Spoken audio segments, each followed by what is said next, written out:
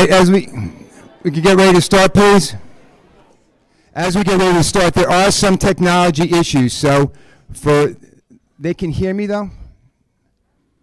So they can't hear me. So anybody who can hear me can let those people know that the way to get into this to watch it, this will be recorded. So if anyone is listening or if it's not live stream, it will be recorded. You want to go to our homepage, go to our Facebook page, and there you will find the link. All right, so if you can go to the YouTube page directly or to the Facebook page, you will find the link. With that being said, we are going to begin. If we can all please rise for the regular monthly meeting of February 9th. Mr. Yaker, if you could lead us in the pledge of the flag, please.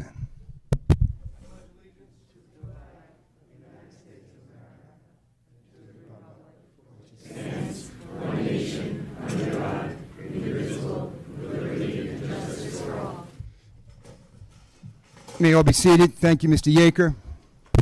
We'll begin with roll call. All are present. Mrs. Danino has a family matter she's attending to. May I have a motion to accept the minutes of January 12th, 2022's regular meeting? Mr. Pileski, second. Mr. Yaker. All in favor? May I have a motion to accept the minutes of January 26th, 2022? Mrs. Marcus, second. Mrs. Hanson, all in favor? Mr. Kunz, Art Gallery, please.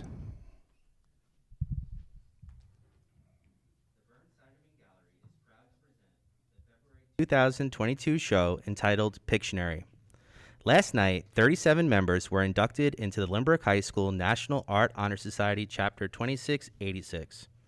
This year's NAHS is one of the most talented, dedicated, and hard-working groups to date. In addition to being some of the Lynbrook's most gifted and talented artists, this year's group is also composed of Lynbrook's star athletes, science research students, musicians, Horizon journalists, kickline dancers, and much more. Each year, to accompany the NAHS induction ceremony, the students come together to create a group art exhibit. This year's exhibit, Pictionary, was chosen by the National Art Honor Society officers and provides the members with a theme to interpret and portray in their artwork. Each student learned about this year's theme at a meeting in early January and was asked to create an original piece of art to demonstrate their interpretation of the theme. Inspired by the work of artist Christy Patterson, Pictionary was just one of the many ideas discussed by the NAHS officers. This theme presented many challenges to the members. In addition to determining the word they would illustrate on the dictionary page, the members had to figure out what medium would work best and how to create an eye-catching composition on such a small piece of paper. Each member approached this challenge in their own unique way. The result is one of the most creative induction shows to date. Please take a moment to enjoy this month's exhibit, Pictionary. Thank you. Thank you, Mr. Kunz.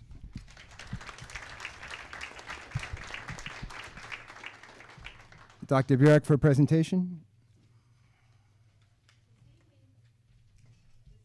We have a very special presentation for a winner of the Overseas Chinese Association Global Storytelling Competition. That's quite a mouthful. We have one of our fourth grade students won this global competition, won first prize out of 1,700 plus submissions that ranged in students who speak Chinese between the ages of 8 and 16. So again, 8 and 16, and one of our fourth graders won first place.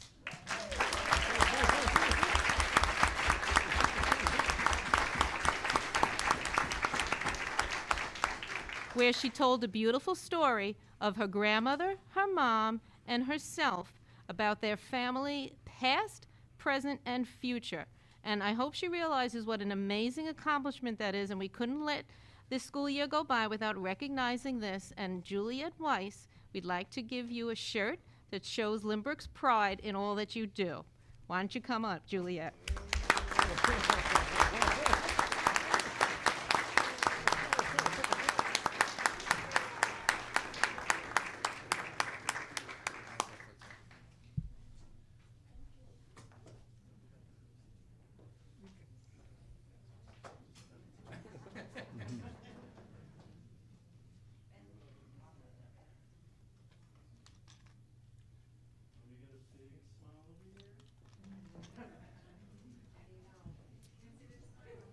Do you want to come first?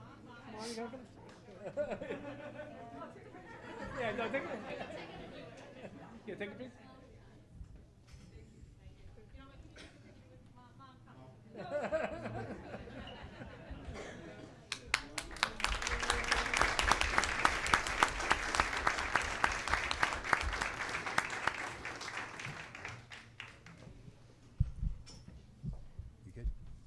Thank you, Dr. Burek. So tonight, while you may think that everyone's here for a regular board meeting, it's not. February is always that 1 month where you have the good news and the bad news. The bad news for us is that we're losing 7 very talented people for retirement. The good news for them is they've earned their way to their retirement. So we will have that tonight, and we will read off those retirement announcements. I'll begin.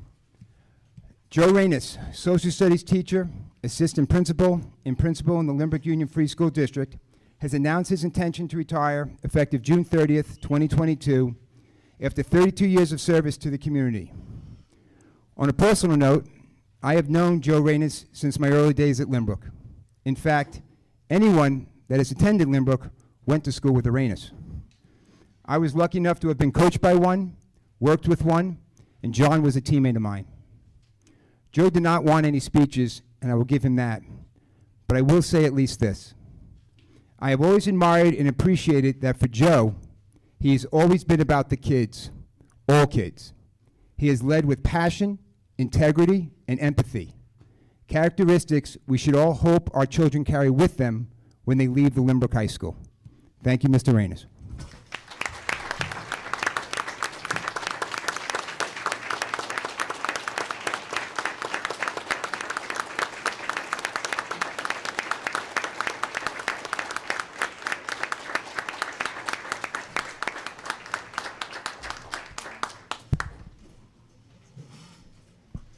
Sharon Dunn, if you could please stand up.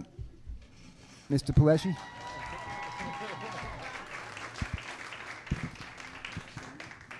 Okay. Whereas Mrs. Sharon Dunn, kindergarten teacher in the Lynbrook Union Free School District, has announced her intention to retire effective June 30th, 2022, after 32 years of service to the community.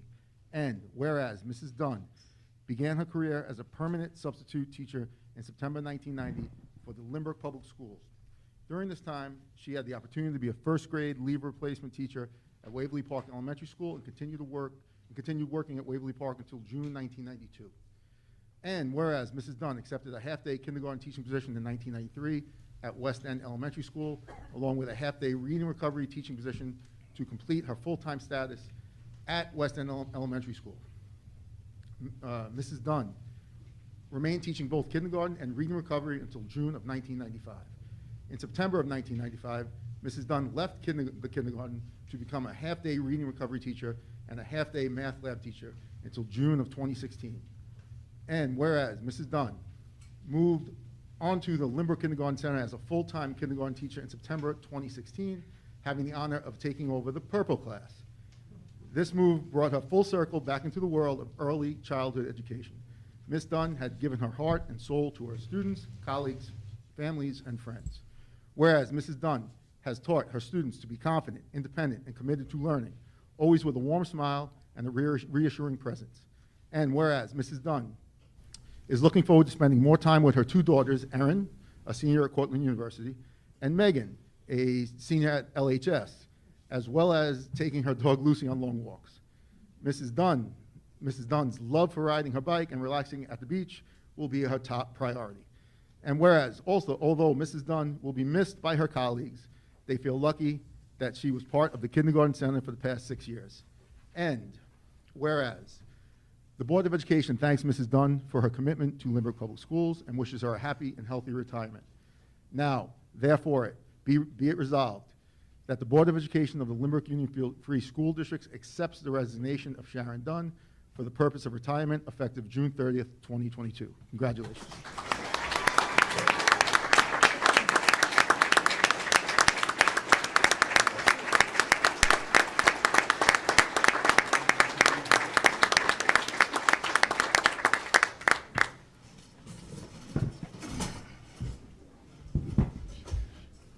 Amy Bruno, please stand up.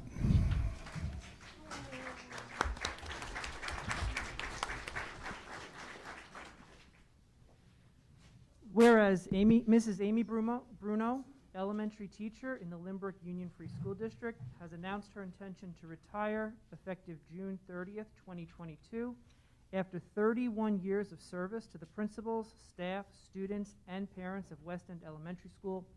And whereas Mrs. Bruno has been fortunate to have spent her entire teaching career in the Lynbrook schools.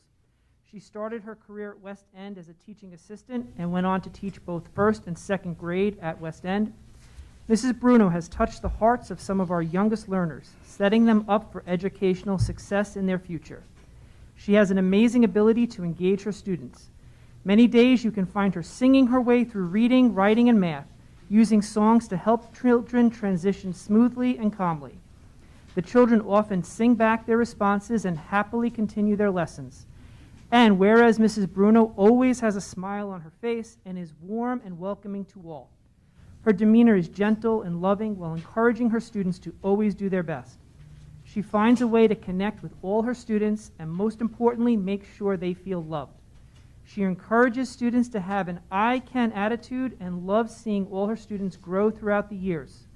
And whereas Mrs. Bruno's committee work at the building level has been commendable, she coordinated the Valentines for Veterans for West End and was also on the Multicultural and Math Night committees. She helped the students with the performance of a short play, Let Freedom Ring, about the life and achievements of Dr. Martin Luther King Jr., along with famous Americans and Thanksgiving treasures. And whereas Mrs. Bruno will miss the daily hustle and bustle of West End and seeing her colleagues in the hall, she is looking forward to spending more time with her family and hopes to travel when the world opens a bit. And whereas the Board of Education thanks Mrs. Amy Bruno for her commitment to Lynbrook schools and wishes her a happy and healthy retirement with her husband James and her sons David and Zachary. We wish her well and hope she finds time to dance. Now, therefore, be it resolved that the Board of Education hereby accepts the resignation of Mrs. Amy Bruno for the purposes of retirement, effective the close of business June 30th, 2022. Congratulations.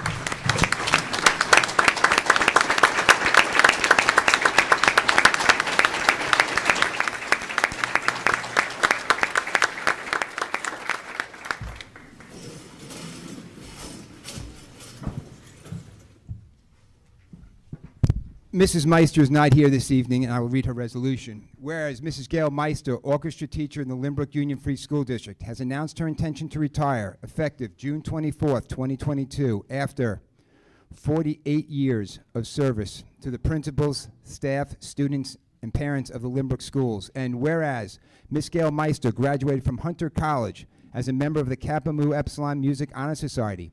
She was also the recipient of the National Orchestra Award while in college. Ms. Meister valued her college achievements and would later guide her students to their own achievements. And whereas Ms. Gail Meister has spent the majority of her time as an orchestra teacher in the elementary schools, she has spent a short amount of time mentoring high school string players as well. As a string instructor, Ms. Meister has been responsible for preparing students for countless concerts, individual NISMA competitions, all-county performances, and all-state appearances. And whereas Ms. Meister always sought ways to remain involved in the music community, she served as an executive board member for National Music Education Association. It is no surprise that Ms. Meister has cared for thousands of music students as she taught them to play a new instrument. She also cared for students as a nurse at summer camps and music festivals. And whereas Ms. Meister's love of music reached far beyond the elementary school orchestra groups that she instructed. While instilling the love of music in her students, Ms. Meister sought out opportunities for her students to perform for a variety of audiences. In addition to the traditional winter and spring school concerts, she organized ensembles to perform at PTA Founders Day ceremonies, elementary art shows, and provided music for class plays. Ms. Meister also took care to organize a district elementary orchestra. She instilled a sense of cooperation in her students while she coordinated this special group of musicians. Their hours of preparation culminated in a beautiful concert where elementary string students joined together to take part in an enjoyable music and educational experience.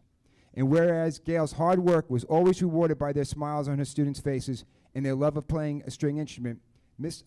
Meister eagerly took on the great responsibility and personally dedicated long hours of rehearsals after school and on countless Saturdays preparing her students to perform at the NISMA Majors Spring Evaluation Festival. Her students learned that hard work and dedication would achieve greatness. Miss Meister and her students beamed with pride as adjudicators would announce glowing evaluations. Miss Meister's elementary orchestra would take home the gold with distinction award on more than one occasion. The entire experience has always been memorable for Miss Meister and all of her students. And whereas Miss Gail Meister has influenced every string player that has entered the Lynbrook schools for almost 50 years, she has shown great patience and skill instructing our youngest string players. Miss Meister has enjoyed watching her students grow, especially as she was honored to accompany the high school students to the NYSSMA All-State Conference. And whereas the Department of Fine and Performing Arts and the Board of Education thanks Miss Gail Meister for her commitment to Lynbrook schools and wishes her a happy and healthy retirement with her brother Louis, her sister-in-law, 2 nephews, and her dog Frankie. Now, therefore, be it resolved that the Board of Education hereby accepts the resignation of Miss Gail Meister for purposes of retirement effective June 30th, 2022.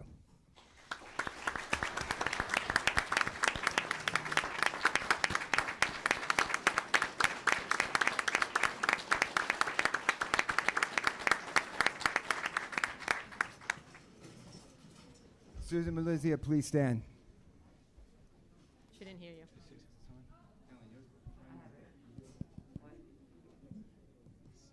Susan Malizia, please stand.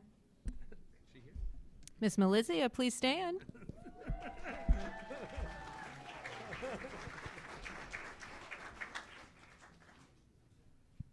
Whereas Ms. Susan Malizia, mathematics teacher in the Lynbrook Union Free School District, not on. has announced her intention to retire. It's not working.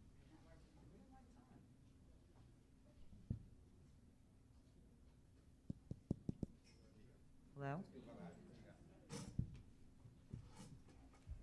Whereas Ms. Susan Malizia, mathematics teacher in the Lynbrook Union Free School District, has announced her intention to retire effective June 30th, 2022, after 33 years of service to the community.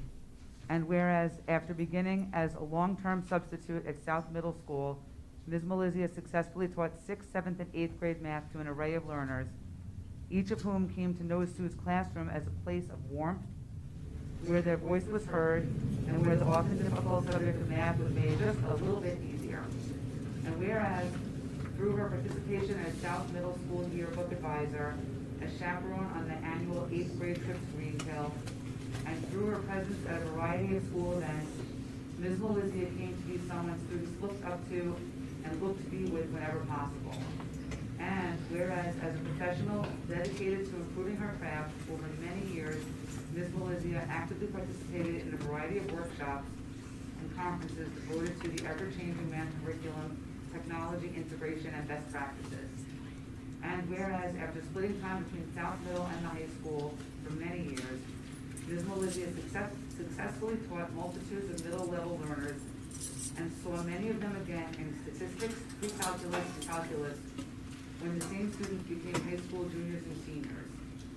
And whereas, as class advisor, participant in faculty basketball and volleyball games, and really for life, and as a participant in or supervisor of innumerable high school functions, Ms. Malizia's interest in her students' greater lives was always evident.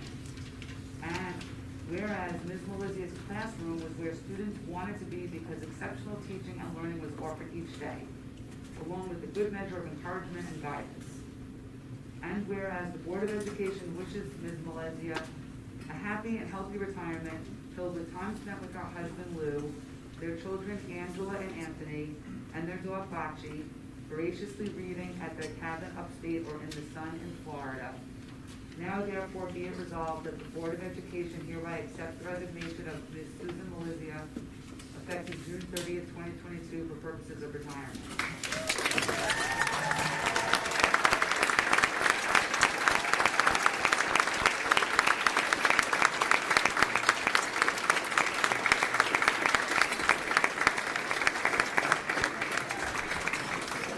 I just wanted to add that we were lucky enough in our family that 2 out of my 3 sons have Ms. Malizia for a math teacher, so you will be missed. Thank you.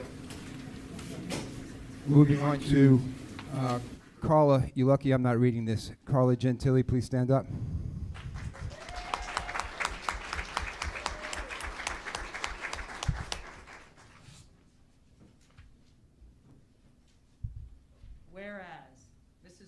Gentili Mancuso, English language teacher in the Lynbrook Union Free School District, has announced her intention to resign June 30th, 2022 for the purposes of retirement effective August 31st, 2025, after 24 years as a beloved English teacher in Lynbrook High School. And whereas, establishing herself as an expert and enthusiastic champion of student achievement in her first year, Mrs. Gentili volunteered to participate in an inclusion pilot program, which led to the establishment of the inclusion model of teaching and learning within the Lynbrook schools. And whereas Mrs. Gentili's classroom was a place where students felt simultaneously challenged and loved, receiving lessons replete with literature, poetry, analysis, vocabulary, and grammar, she began directing students in her English 11H classes towards the advanced placement exam in English composition, a challenge that, with her ability and drive, proved to be most successful. And whereas Mrs. Gentili's devotion to the success of her students was demonstrated by her weekly Gentictionary exercise, assisting students with their vocabulary, her time spent conferencing with students as they prepared college essays, and in writing hundreds of letters of recommendations on her students' behalf.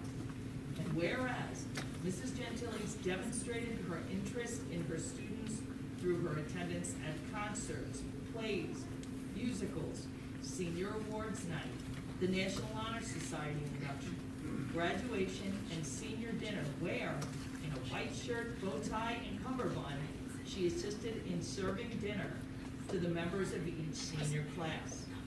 And whereas, as English Department Chairperson, Mrs. Gentili devoted untold time to departmental committee work, curriculum initiatives, to colleagues in and out of the English Department, and to the NHS Selection Committee and the high school shared decision-making team.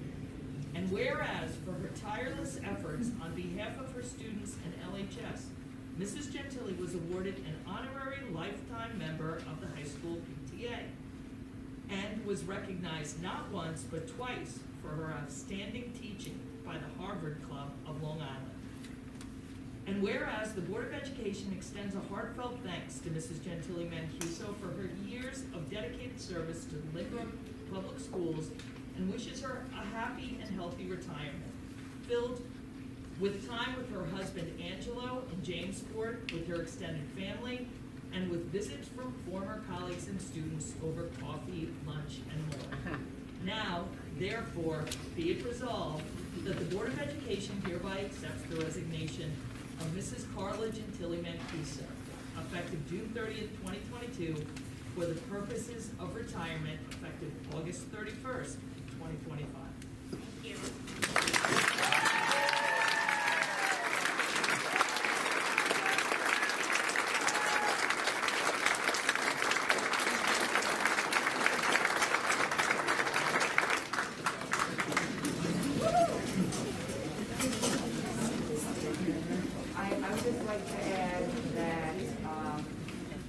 Lucky enough that all three of my kids had Miss Gentili for English. What an amazing teacher, an amazing class, and we will never forget Gentictionary. Yay, that's the idea. Gentictionary. Thank you. Carol Cornell, if you could please stand up.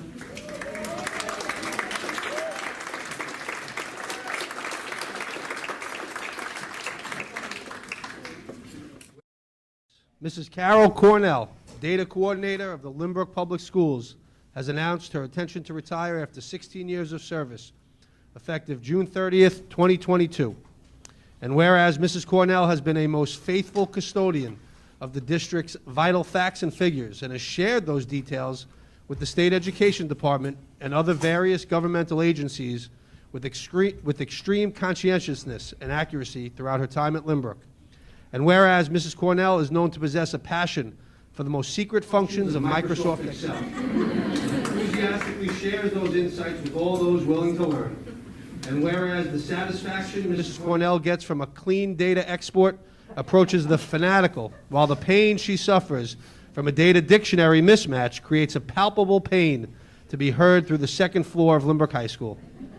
And whereas Mrs. Cornell's ability to think creatively about numbers and see the far-reaching implications of that data on the actual lives of students and teachers has been nothing short of remarkable. And whereas the Lynbrook school community will miss her impish giggle, amuse-bouche, and data flow diagrams that rival anything produced by NASA. And whereas everyone who in the high school roam look forward annual to her holiday poem and marvel enthusiastically both the greatest and the least at her turn of phrase inviting them all to the holiday feast. Now send her to Florida with hearts that will not mend due to our separation from such a fine and faithful friend. Now therefore, be it resolved that the Board of Education of the Lynbrook Union Free School District accepts the resignation of Mrs. Carol Cornell for the purposes of retirement effective June 30th, 2022, and bids a fond adieu, wishing her retirement filled with love and happiness in the company of her husband Ray, her daughters Shara and Alyssa, her sons-in-laws Jeff and Dave, and the lights of her life, Ethan, Dylan, and Adam.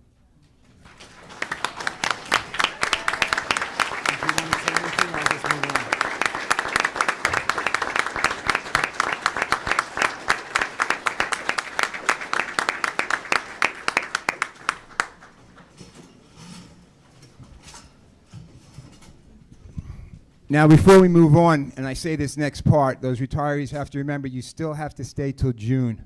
But at this time, we know that traditionally those retirees and their family and friends, we're going to take a few minutes break so you may gather your things and go celebrate. Also, for anybody interested, there's COVID-19 testing kits that you can retrieve on your way out.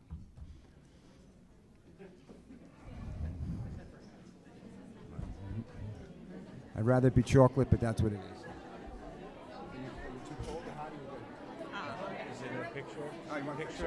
Oh, Hold. All retirees, please come back up to the front. All retirees who announced, please come back to the front. Let them come up and then you'll... That I have not heard that these resolutions are going to be accepted. You didn't see the vote. You're a smart man. I have not heard that these resolutions... Sharon, Carla, come on up, please. All retirees to the front. You've been around too long.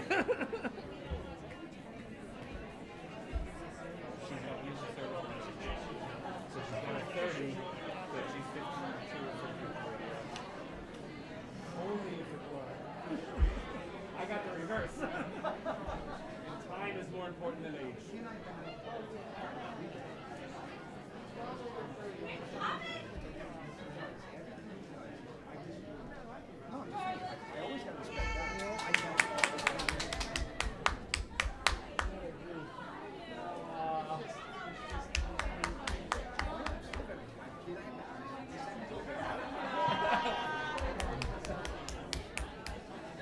We're missing someone.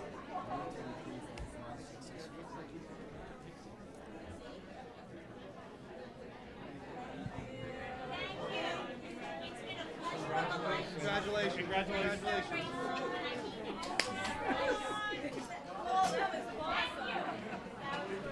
I missed you, my friend.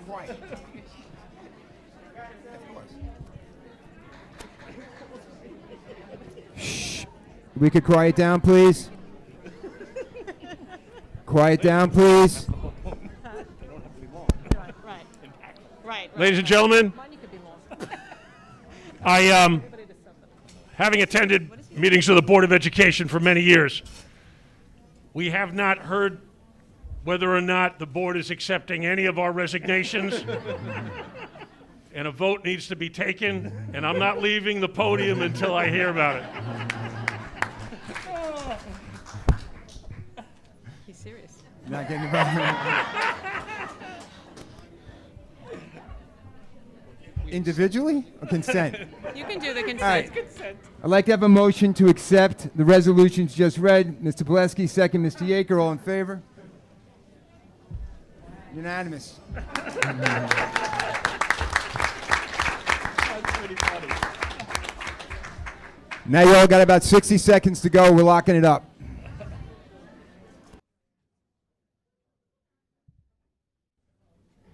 right, moving on to our next part of the meeting. Moving on for report from trustees, I'll begin.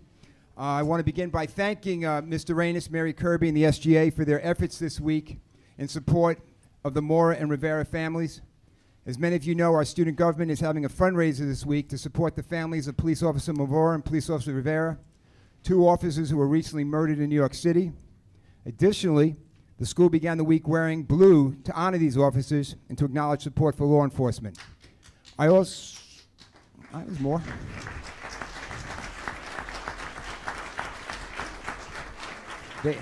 They even did more. So also, I'm going to give our student government credit for this. I'm going to say that when Doology found out what our students were doing, Doology is a local donut store owned by a retired detective.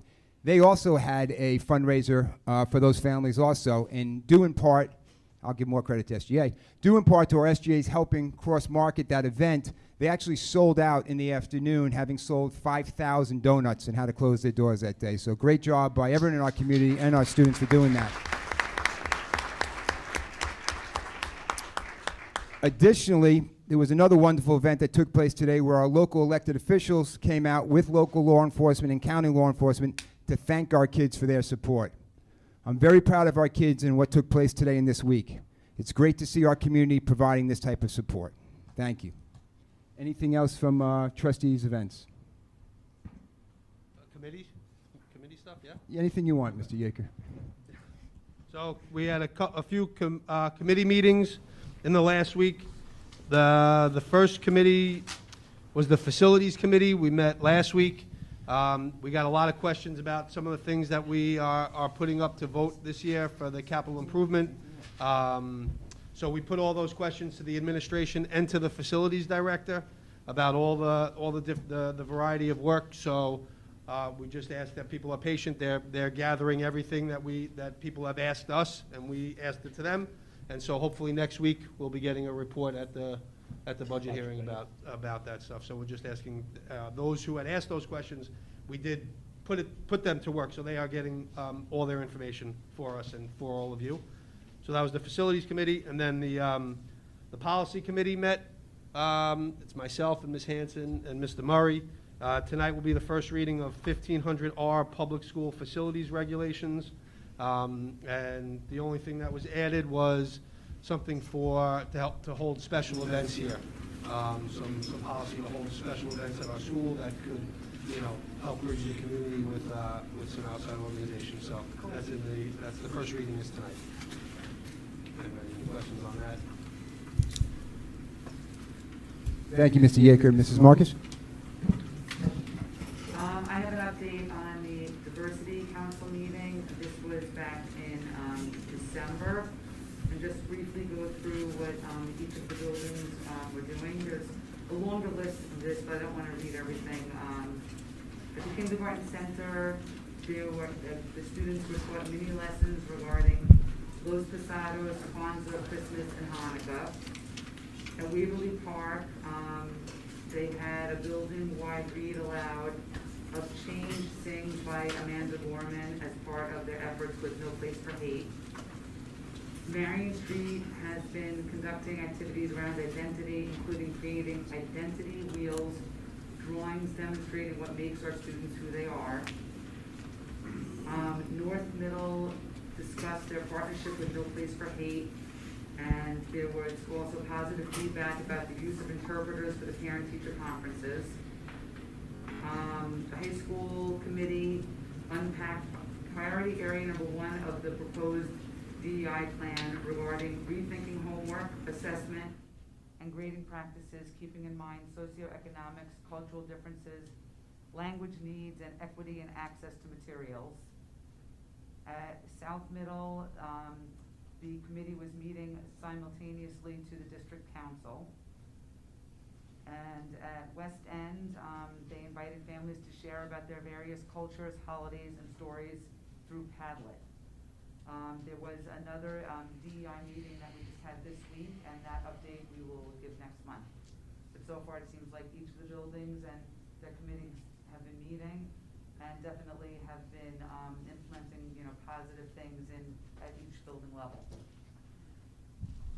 Thank you, Mrs. Marcus. Anything else from any board? Mr. Murray?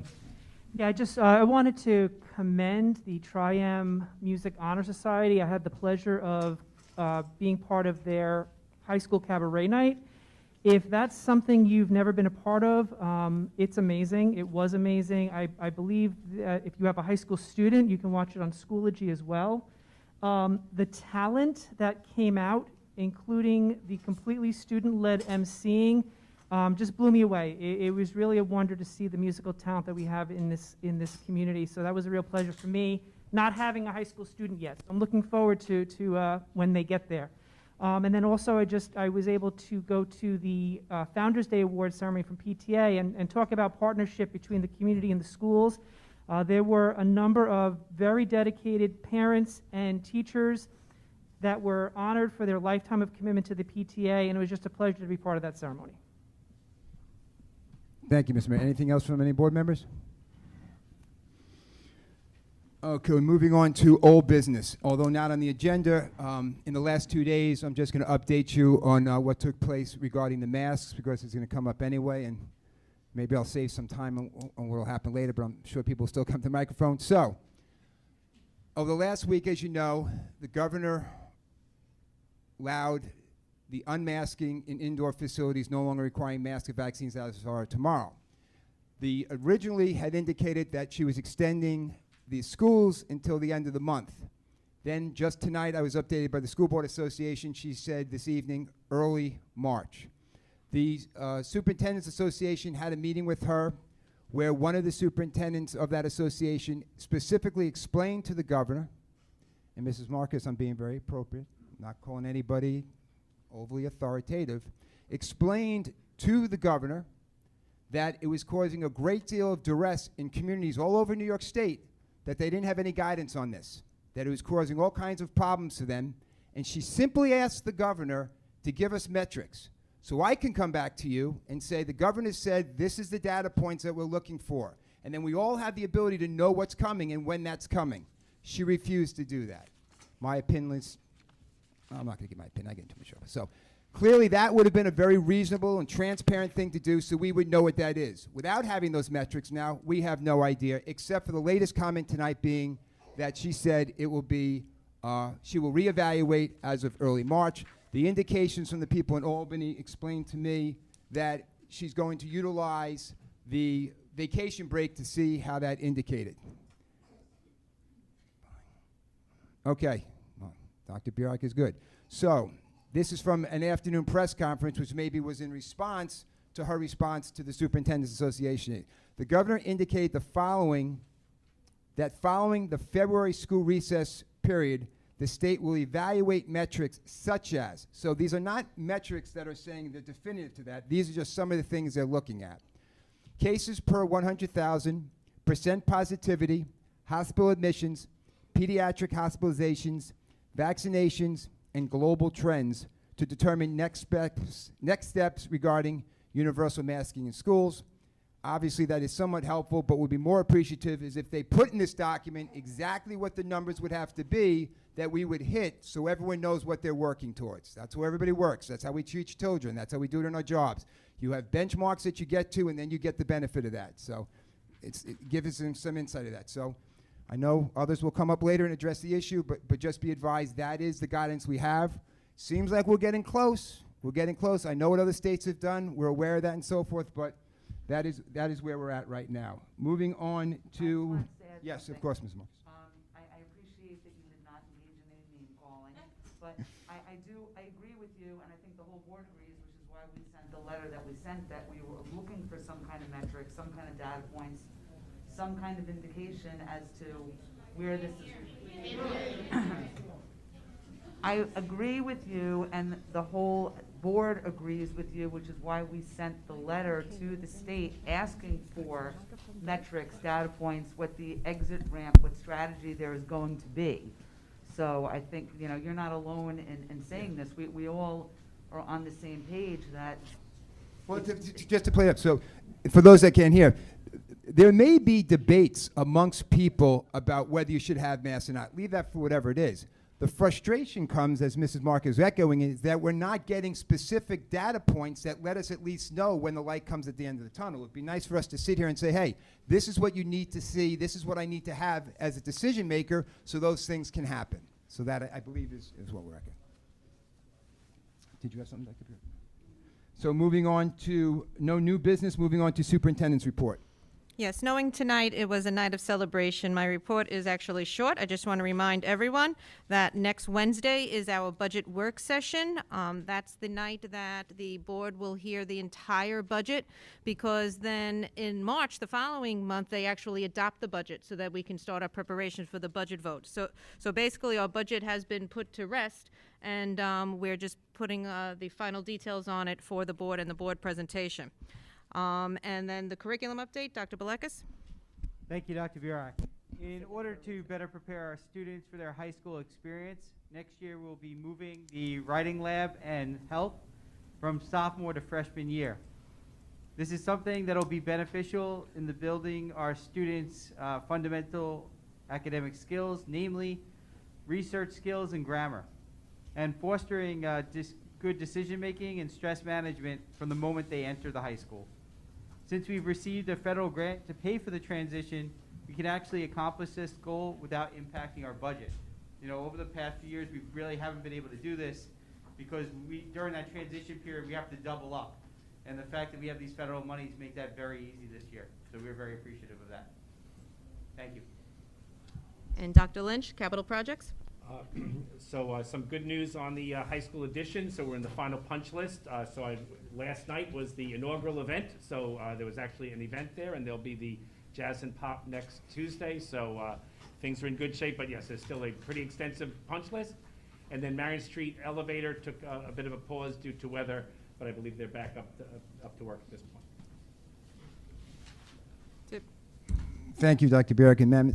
So before we get to public comment, I was told they may not be here, but if there are any students that want to address the board during public comment, why don't you come up first?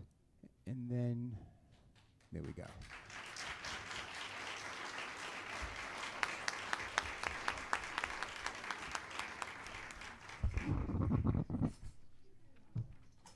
Hello, my name is this on? If there's a button, I think he's push on. it It's gotta up. be louder. Okay. Hello, my name is James Pisano, and I'm a 6th grade student at South Middle School. This is my first year in the district, and life outside school has been great. I play football unmasked, I play lacrosse unmasked, I attend parties unmasked, but then I am forced to go to school and cover my face for 6+ hours a day. I wanted to come here tonight to ask our board to get things back to normal. I know that there are decisions out of your control, but it never hurts to fight for what you think is right. That is all I'm asking of you. Team up with the other districts and fight. This is not about science. The masks aren't doing anything. Most of us don't even wear them correctly. What seems to be helping, in my opinion, is the extra hand washing, how we barely share anything at school anymore, and sick kids actually staying home. When the mask mandate ends in the coming weeks, will it immediately be lifted in our schools? What is your plan?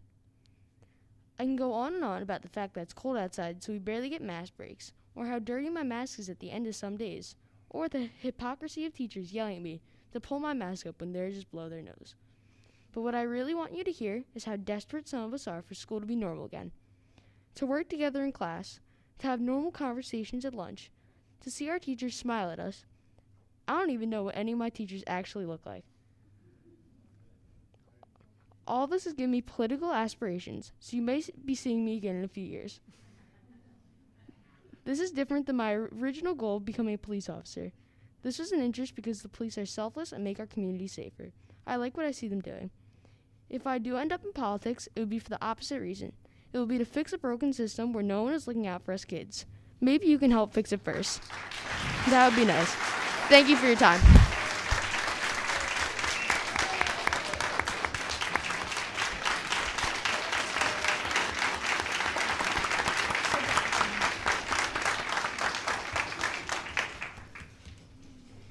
Good evening. My name is Taylor Kelly, and I'm in 6th grade at South Middle School. I do gymnastics and lacrosse, and I do both of these activities unmasked. When it comes to school, I'm forced to leave my mask up and make sure it doesn't fall down. I came here tonight to ask our board to fight for our rights as kids. The last time I had a normal school year was when I was in 3rd grade. When do we get to say enough is enough? It seems silly that us kids hang out with our friends after school every day unmasked, but then are forced to sit socially distanced from these very same kids in school and in masks. Do you know how hard it is to concentrate for 6 hours a day in a mask with barely any mask breaks? It's extremely difficult to breathe in these masks, especially if you have allergies. Since wearing masks, I've gotten headaches every day and terrible nosebleeds. At times, it is difficult to understand my teachers, and I haven't seen my peers at school smile. Sometimes I just need a quick mask break, but instead I'm yelled at by an adult to pull up my mask. When is it our turn to say how this is affecting us? Nobody has ever asked us how we feel about masks, except our parents. We are here to stand up for what we believe in, and that's a normal childhood, like we deserve. Thank you.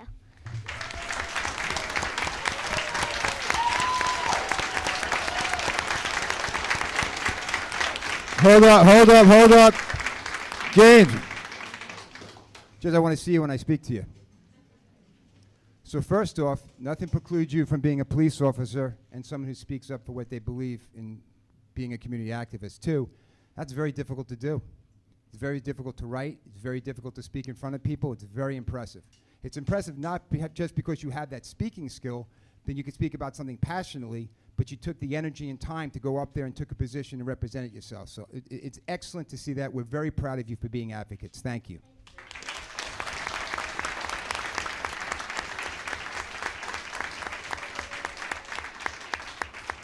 I would also suggest for the parents of those children, those letters should be sent to your elected officials and as well as letters to the editor for the local papers.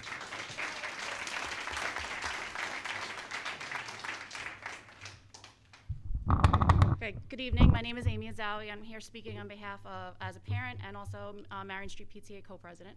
And I'm Stephanie Alberts, also a parent and co-president at Marion Street PTA. We just wanted to thank Dr. Lynch and Mr. Seda, I know who's not here, and Mr. Yaker, thank you for addressing our questions. Just so that everybody knows, we were at the board meeting 2 board meetings ago where the capital improvement project was announced. We had our next PTA meeting the very next evening, and we did have a conversation with our general membership that attended that meeting. And as a result, we had some questions and concerns that I immediately forwarded to Dr. Lynch, and we got a response. We were supposed to have a walkthrough last week, but unfortunately that walkthrough needed to be canceled. So we're scheduled for a walkthrough next week.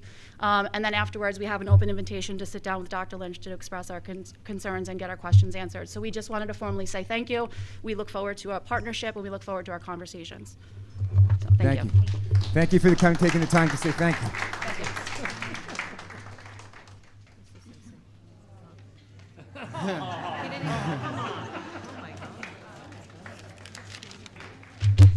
All right. Remember, civility above everything else. The only thing that makes our community, and for the most part our country great, I don't want to get dramatic, is allowing the free flow of ideas. Allow people to express themselves on whichever side they think. Allow them to speak, and you have that same opportunity. There's no reason to be disrespectful.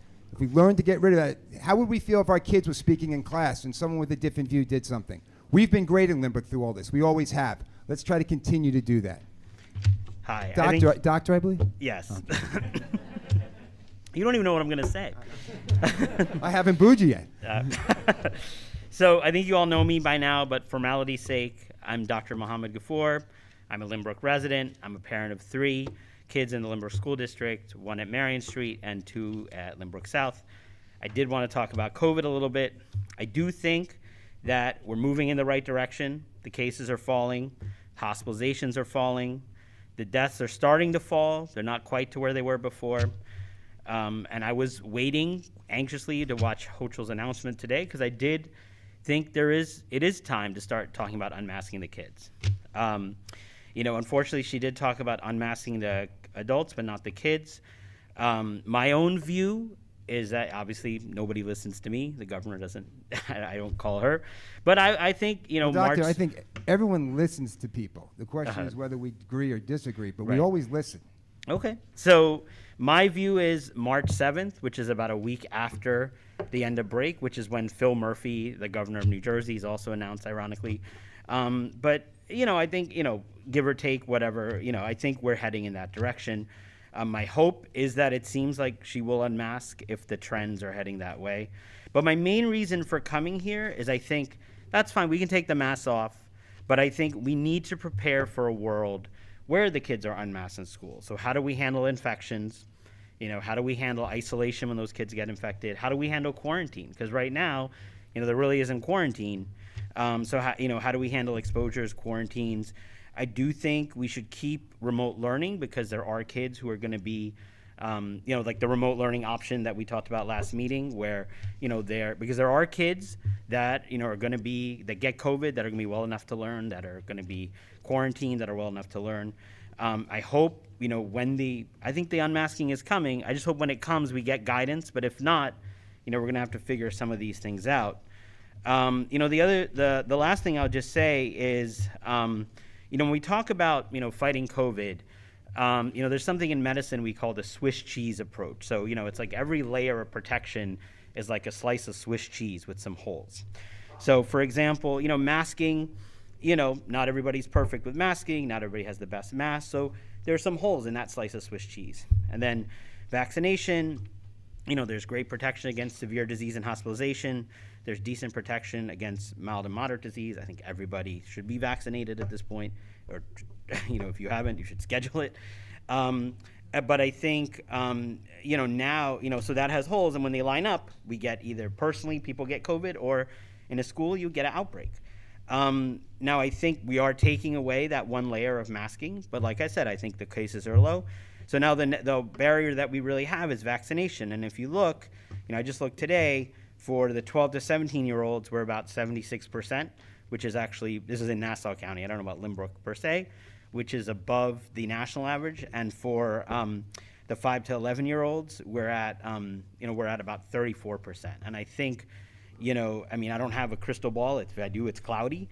But I do think if the masks come off in some of the younger grades, I think if you're, in terms of like risk for like an outbreak and things like that, that's where they could happen. So I just think, that's something we really need to think about as we move forward in terms of how, and I would start thinking about it now because, all of a sudden, if she says on March 7th, the masks are coming off, and by the way, I agree with the letter that you guys wrote, I 110% agree. I think what you guys wrote, there should be metrics, everything should be a data-driven decision. But I think it's just something we need to start thinking about. So that's my hope. Right, that you guys just to clarify on that issue, though, even if, as you use the term, the masks go away, that just becomes Choice, an option. right. There'll still be people keeping their Oh, Swiss absolutely, cheese yeah. because they may choose I meant to wear the masks. mandate goes Right, but away, it's yeah. important to recognize Absolutely. that those that may be concerned will still be wearing the Yeah. masks, and even I'd even jump in and say that the N95 would be the best mask for them. Right. So we're not taking that away. They still have those layers and Absolutely. options. Yeah, no, when I say taking away, I mean the mandates. And, I think, and I just want to say, a big thanks. My kids are in Marion Street and South, but a big thanks to the teachers and the principals of those schools, because I know there was all this drama on January 24th and 25th with the mandate on and off and back and forth. And, my kids went to school. I picked my kids up. It looked like pretty much a normal day. And I have, friends, colleagues of mine who had their kids in other parts of Long Island. I know there was a lot more drama. So in that sense, I'm happy you brought that up, because if you go from the beginning of COVID, from the very beginning of this, I challenge anyone to find us a school district whose teachers responded as well as this one did. Even during a recent board meeting where there was a question of whether or not they would go back to cameras, the next day our teachers were able to do that. Yeah. There was many changes that came up, instantaneous changes in the beginning of COVID, and our teachers have always responded for that and always done well with that. We should never take lightly just how good a job they do here. No, I agree. And that's really what I have to say. So, my big thing is we really got to plan for those next steps. All right? Thank you, Doctor. That's all. Appreciate Thanks. it.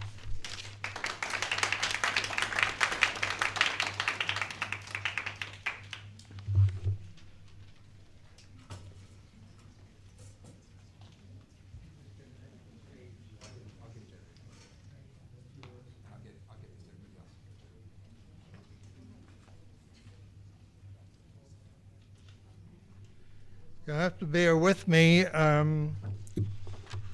running around to make sure that I had my mask. I forgot my reading glasses, so I'm going to try to struggle through this as quickly as I can. Good evening. I'm Bob Simpson. Only 1.5s. Oh, that'll help. I'm getting there. That'll help.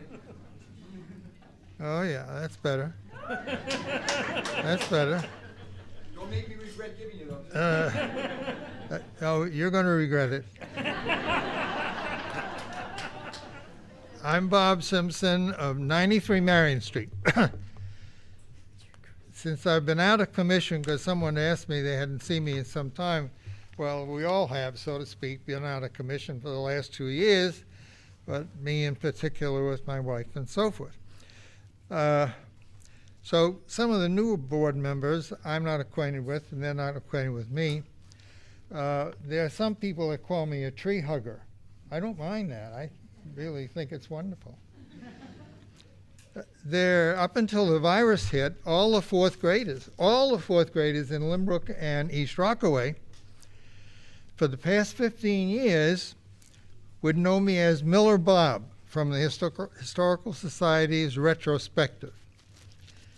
And recently, as I walked my ferocious toy poodle with a flashlight down Irving Place, my neighbor suggested that I was the local watchman. We've lived across the street from the school's parking lot for 57 years. Whatever has happened there, I've seen it all. I can now report to the board that the new bricklayers are about 3/4 way to the top of the new elevator. And I don't know, Dr. Lynch, whether this has been going on for 1 or 2 years, but I'm telling you, it's been exciting watching the machinery, and I don't have time to go into to tell you about the size of the trucks and the equipment that was used in there in what I think is a very professional manner. Except there's one tree that we have to work on. Okay, so my daughter went to Marion Street, as my grandchildren have, and I've participated in the life of the district. Dr. Burek would know that, and even before. So whatever the moniker, I'm here tonight to strenuously object to the plan to destroy the trees in the playground and replace them with a parking lot. I could not make out much detail of the plan as shown on the internet. So to make sense of this project, I counted all the cars and I measured all the trees. So let me talk about the cars and the parking from what I can see. In regards to the cars, I counted 4 rows and approximately 36 cars in the front lot. In the tennis court lot, presently there are 3 rows with approximately 27 cars. So that's about 63 cars total. On a good day, they could probably get a few more in there. Now, as far as remediation is concerned, with an additional row added to the middle of the tennis court, you could get 10 more cars. That would bring the total of cars up to a combined total of 73 cars. In addition, by pushing out the boundary fence a little and removing the fence that divides the 2 lots, spaces could be made available. I believe the proposed plan suggests 77 spaces. So for these extra few spaces and a new parking lot, parallel to Marion Street, some of the trees we are going to destroy are older than most people in this room. Think about that. So let's talk trees. And this, I know I'm getting in the weeds on this, so just bear with me, all right? You're going to have an education. The playground, I counted all the trees there behind the school and so forth, but we're just dealing with the playground.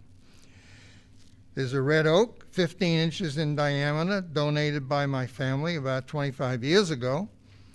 So that would be a good tree to look at as to down the road, 25 years, what a tree like a red oak what size it would be. That's planted near the Walbaum's park bench. They're both about the same time. There's a Zelkova donated by a Girl Scout troop, and there was a white ash donated by a Girl Scout troop, but that had the borer, and so we're now pursuing ash all over the state of New York to catch the borer. Taken all together, they provide a microclimate when the ambient temperature gets to the high 80s and the 90s, in the playground, and I've tested this over the years, the temperature provided by the tree canopies will be 10 or 15 degrees lower. That's why people find a tree to stand under when it gets hot. Well, who really cares? The district will just plant new trees. Well, let me tell you about planting new trees. The diameter of these trees is obtained at breast height, DBH, breast height. And that's of growing trees, and it's measured by breast height. I measured all the trees in the playground and the back of the school.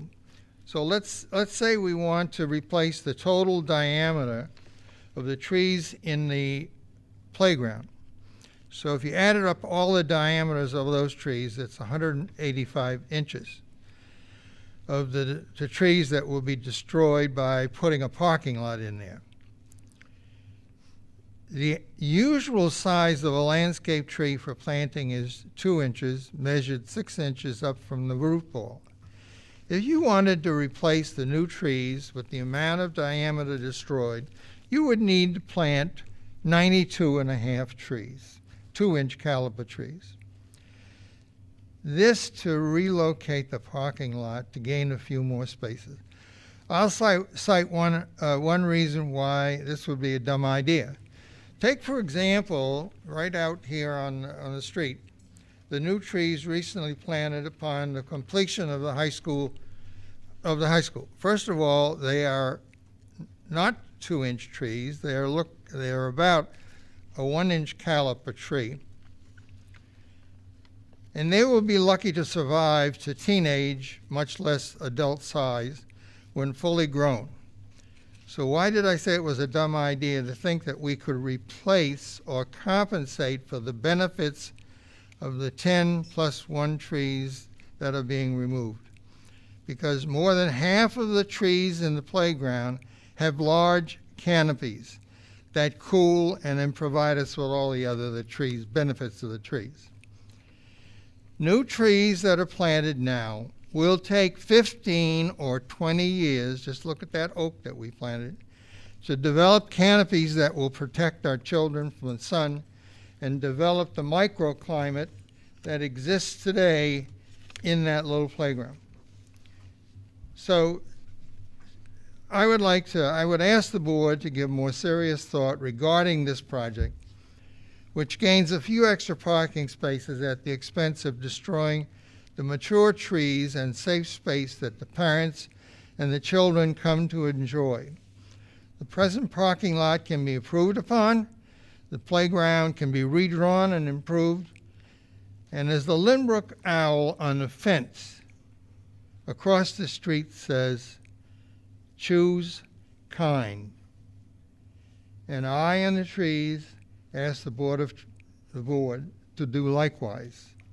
In good conscience, I cannot support this present plan. Thank you for your patience. Thank you.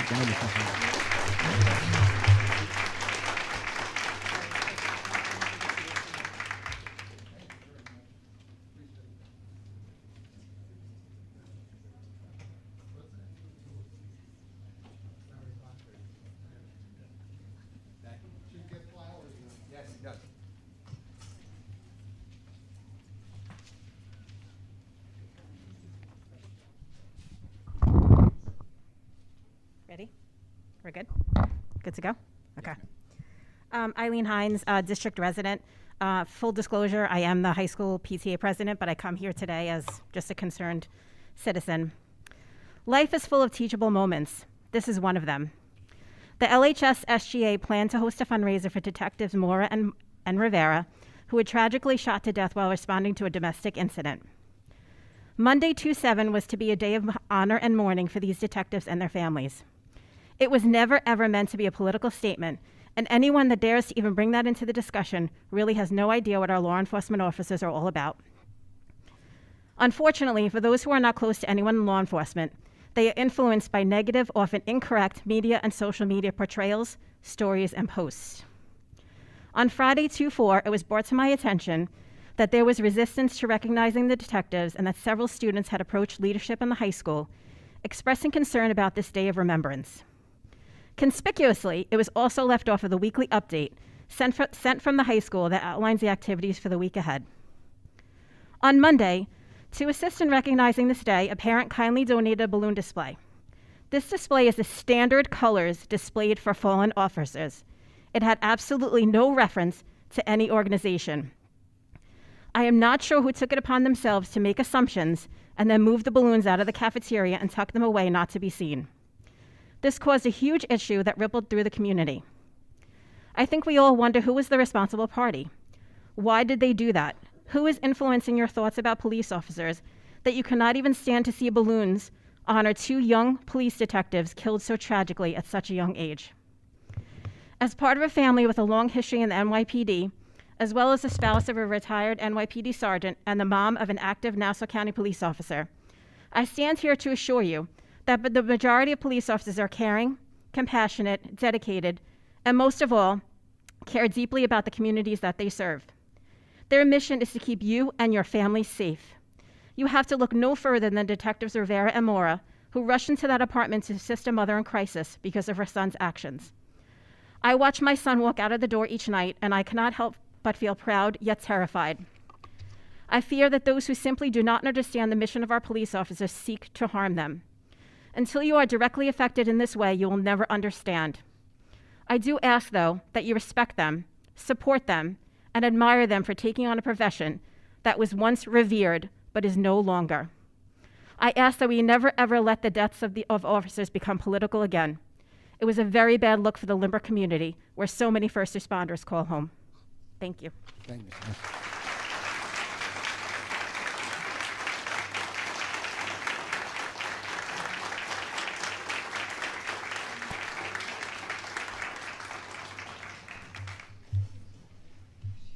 Hello, I'm Adriana Albritton, and I'm a resident here. So I was here last meeting, and I was talking about the research related to the masks and how they are damaging for our kids. However, we know that a lot of the policies are not related to science. I do know that there was a reopening plan that involved a COVID fund, and those funds came along with some conditions. One of the conditions was to comply with the existing and future directives and guidance from the Secretary regarding the spread of COVID.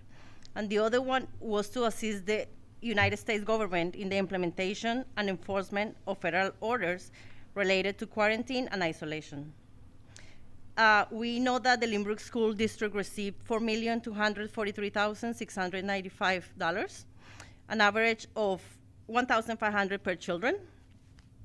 And I'm coming here to say that for many of us, the physical, emotional, psychological, and developmental health of our children is priceless. So $1,500 is not worth damaging our kids. That's all I want to say.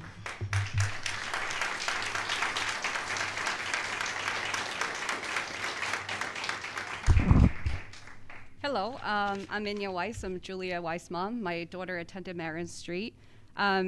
I don't think anyone here can say they enjoy wearing masks. I certainly don't. But when COVID levels were spiking, it was a public health emergency that required all of us to work together to protect each other, especially the most vulnerable people. Our kids are wearing masks 6 hours a day. Just to think about the doctors who's working 12-hour shift and wearing a mask without a sweat or complaint. And from a personal perspective, my dad is battling stage 4 lung cancer this entire time. And we went to each treatment wearing double mask. And so far, it worked. And at the beginning, we donated the 10 N95 masks we have, just so that other people who are more vulnerable than us can have it. But the double mask, just a regular surgical mask, still worked. I'm glad that the infection rate are dropping, and I'm aware that some states, and even with the news today, are easing their mandate. But we can't let our guard down and should be diligent about if and when the cases do go back up, such as a holiday coming up, and so do the masks, especially since so few of our children are vaccinated. I know mine are. I can't guarantee everybody else. And our kids are resilient, and they are learning the great lessons about public health and protecting our community. And they know that masks work when everyone wears one, and we can keep Lynbrook safe that way. And this is the one tool, and it's a very simple and easy, accessible tool in our arsenal that can keep COVID from spreading to school. Thank you. Thank you. So, Nazia DeFrank, Dean and Adam DeFrank, 5 and 7 at Marion Street. I feel, I wasn't going to say anything, but I've noticed some words come out of some of the parents' mouths. Mrs. Weiss and the doctor who always gets up here. There you are. Yeah. When we seem to talk, and we're taking it really personal now, and I know there's a lot of moms in the room who are going to agree with me on this, the words that are being used are, we're complaining. There is no drama. And I'm beginning to take that really personal. We didn't have a choice. We didn't argue for 2 years. So we did what we were supposed to do. Ms. Frank, just address the board would be great. Nobody said anything. Everything really just started happening now. It's getting political, no matter what anyone likes to say. This is getting political. It's getting political at board meetings. Moms like me who are anti-mask, and rightfully so, because they do not work. People are still getting COVID. Are coming together now, and we are being divided. We are ready to flip board seats. We are ready to take a stand. We are ready to vote. The elections are coming up. Please, everybody, vote smart. Do not vote, and I said this when I ran for the board, for Ella Marcus's position at the time, 2 years ago it is. Please stop voting for friends and family. Please start voting for candidates that are good and incumbents that promise things that don't come through, that don't even speak at board meetings. I really respect Dr. Burak, President Belmont, but you know, it's frustration with the mothers now and the fathers that feel we have no control over our children. And when you say things like, oh, well, we're not taking the mask away. If kids want to wear it, they can wear it. But we didn't get that choice. Our kids have to wear it, end of story. And I think that it's a shame. People have to stop with this rhetoric of we're complainers. Oh, we're this. Oh, we're that. Oh, we're Trumpers. We're this. We are mothers. We have every right to say what goes in our kids and what mask they wear. I'm sorry. We should never be belittled like this. And I find it very strange, and I find it very insulting that even a former board member, which I will not mention, goes on Facebook and demeans mothers. And and we voted for this man. We trusted this man to be on the board. And even though he's not here today, thank God, it's crazy how we're being labeled, and very mislabeled at that. So I hope everybody really votes smart coming up. The elections are coming up, and that's all I have to say. So thank you so much.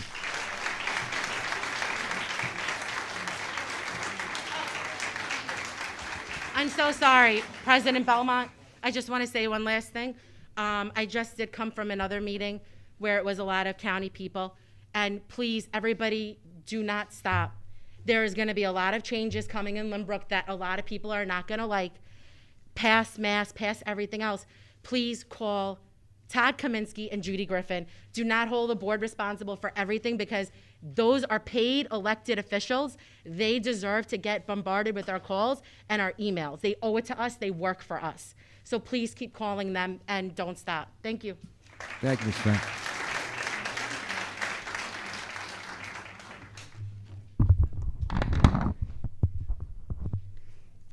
Hi there. I'm going to take a moment and take off my mask since Mr. Belmont did so earlier. Let me clarify that to you, because I'm happy you asked. The state said that when you're running a board meeting, at the times you speak at the mic, you can take off that mask. Excellent. Put it up, so. I am going to keep my mic off for this because I can't breathe with my mask on. I'm not used to wearing it 6 hours a day. I don't know how the kids do it. But I have a statement here it was actually signed by 288 families, but I couldn't confirm that 40 of them were Lynbrook residents, so I am here with at least 246 parents and families of the Lynbrook School District behind me, and we make the following public statement. We are all aware of the recent decision in Michael Demetriou versus New York State Department of Health. The decision declared New York State's mask mandate unconstitutional and therefore null and void. The decision stated that the Department of Health, as an agency of the executive branch of our New York State government, has no authority to create law and should leave lawmaking to the elected officials in the legislative branch. The legislative branch specifically has not enacted any laws requiring face coverings be worn. We have seen firsthand the many harmful effects of mask wearing on our children, as well as the difficulties of learning, especially for those with special needs or language barriers. The physical and mental safety and well-being of our children is our highest priority, and the levels of anxiety currently being exhibited in our children is above and beyond any we have ever experienced. The families of the Lynbrook School District have continued to express this to this administration and this Board of Education, that freedom of choice is a basic tenet of our constitutional rights, and have asked for both to consider making masks wearing optional. As of tomorrow, February 10th, as you mentioned, businesses are no longer required to enforce mask wearing, but our youngest people, those without a voice, remain the only ones who are forced to endure the suffering for 6 hours per day. These are the same kids that carpool together, eat lunch together at Savino's, congregate in each other's homes without masks. When Dr. Burek announced that masks were going to be required on January 25th, it was claimed that the decision was based on advice from the district's attorneys, the same attorneys who put a statement on their own website and social media stating that masks were optional that day. The families of the Lynbrook Public Schools felt very frustrated by the contradictory statements, and our children did not know whether to listen to mom and dad who sent them to school without a mask, or their teacher or principal who was enforcing a mandate that was not in effect. We believe the administration of Lynbrook Public Schools acted upon the advice of their attorneys, and we would like some clarification on why this happened. We also know that the administration of Lynbrook Public Schools sent a notice to teachers and staff advising them not to make efforts to enforce mask wearing in school on January 25th. And despite that notice, certain buildings did so anyway, ignoring the students' right to choose. Because there was no policy in place, there was no consistency across the district on that day. We want a policy in place that will be consistent throughout the district that masks are optional. The states of New Jersey, Connecticut, Pennsylvania, Delaware, Oregon, and California have all announced end dates for mandatory mask wearing by mid-March, joining Florida and Texas, who have completely banned mandates in their state. Governor Hochul stated today that she will review masks in school after the February break and plans to waste more of our state budget sending at-home COVID tests to school districts that few will actually take, as evidenced by the big box in the back, in hopes that she can create some reason to extend the mask punishment for as long as possible. We have to fight this on every level. Unfortunately, the Lynbrook School District families were less than impressed with the Board of Education's letter to the Governor Hochul about an exit ramp. And we know that neither she nor any of her representatives will reply to your email anyway. We find it unacceptable that the Board of Education of Lynbrook Public Schools has not aggressively been advocating for the rights of our children, and we are disappointed in the lack of efforts made to fight these illegal mandates. We cannot sit back any longer and watch the inaction of this school board through the end of the 2022 school year and hope that the court proceedings are finalized before September, where we're told that our children have to wear masks yet again, which is exactly what happened in September of 2021. It is not enough. Our children deserve more. We are here today not to point out all the failings, but to create a compromise where our children's civil rights are protected by those with the power to create and enforce consistent policies in this district, and where wearing masks returns to being a choice made by a parent or guardian and or the individual child, and is not a requirement for attending school. So here are our requests. Number one, we want the Lynbrook Board of Education to acknowledge that Lynbrook Public Schools parents choose freedom of choice and should be the only ones with the right to determine whether or not their child should wear a face covering at school. Number two, we want the administration to admit that their decision of January 25th caused a great amount of confusion and frustration to our families, and that wearing of masks should not have been forced upon our children. Number three, Since the Lynbrook School District currently has no policies with regard to state mandates, we want the Board of Education of Lynbrook Public Schools to immediately create policies that state that masks are not required to be worn by any person in Lynbrook Public Schools, and any future mandates from the executive branch of New York State, including but not limited to mask wearing and vaccinations, be reviewed for their appropriateness, offered for further research into their legality, and not be blindly accepted by this school district. Finally, we would like each individual Board of Education member to state their stance on mask wearing in schools. Thank you.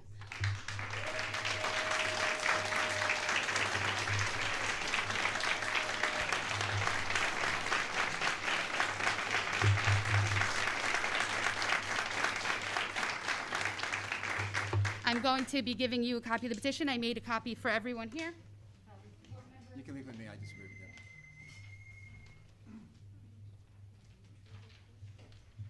And if you don't mind addressing on that second page, just the three which are requests that we were requesting, just a response to that, please. And then if everyone would please go around and tell us your stance on wearing masks in school. Okay. You are our elected officials, and we deserve to know that. Thank you.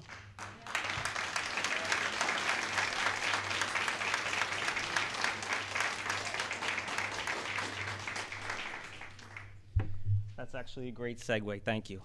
My name is Joseph Solito. I'm a 1996 graduate and a current Lynbrook taxpayer. I live in Massapequa. Perhaps you've heard of our excellent Board of Ed. Yes? The residents of Massapequa know where our board stands on parental rights. I come to you as an uncle of a Lynbrook student. I want to give you, and forgive me, I'm going to give you a couple of reasons why I believe that the Lynbrook parents are in the dark here of your stance. On January 6th, our duly elected County Executive Bruce Blakeman enacted several executive orders, one being that parental rights will reside in individual school districts. It was very specific that individual school districts had to vote in the month of January to be under his guidance. He gave you guys a sword. You did not vote. On January 20th, Massapequa exposed the February 21st expiration on the 2.60 mandate, and we voted to go mask optional on 2/21. Again, you guys did not call an emergency session. You guys did not vote. On January 24th, a Supreme Court Nassau County judge deemed that Governor Hochul's unconstitutional workarounds were unconstitutional. I believe you guys sent an email out at 11 p.m. A further email came out at 7 a.m. the next day, so you were last in, first out. On January 27th, Massapequa, along with 15 other school districts, signed on to a free amicus brief. It was free. It cost the district nothing. Again, you guys did not vote. So please, tell us where you stand.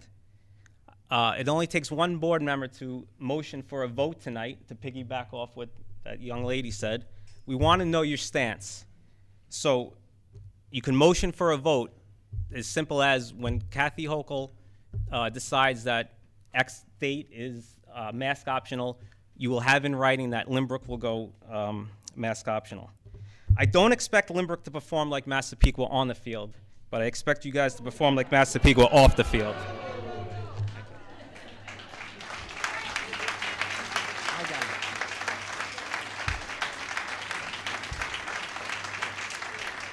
So,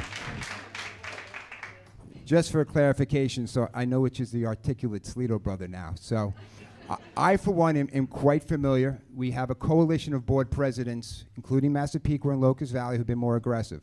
But the reality is, as we've discussed as a coalition, your mask situation is the same in Massapequa as in ours. It's no further advance. We're all following the same rules we have to follow. The one meeting you had where we tried in Massapequa as a group to try and push against it, even your lawyer came out and said we have to wait. So the reality is we're comfortable with the level of effort we've put in to express what it is in our community we need to do. And the reality is every school district in New York is doing exactly the same thing with masks as Lynbrook. Now this has come up now 3 weeks in a row. We've said it every board meeting. I'll say it again. Masks in Lynbrook are based solely upon, unlike other school districts who passed resolutions, we didn't do that. Masks in Lynbrook are based upon a state mandate. If there is no state mandate, there's nothing controlling that issue in Lynbrook. Next person, please.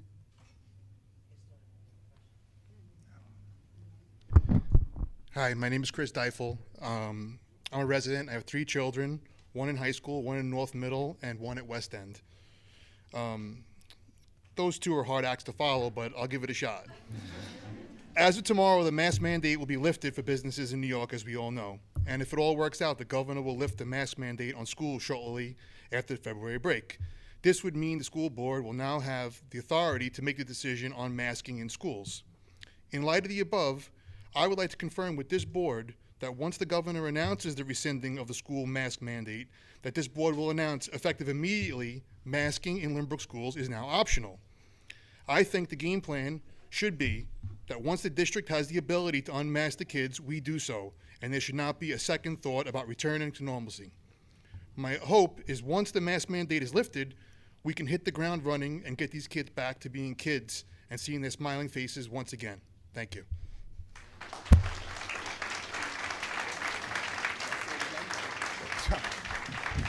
So, I think you were so worked up about speaking, you didn't hear me, so I'll just clarify because you did ask again. Lynbrook has no resolution. This board, which I think was very smart about this and seeing what was going on, did not pass a resolution. We are under a mandate. Once that mandate goes away, we go right back to where we were beforehand.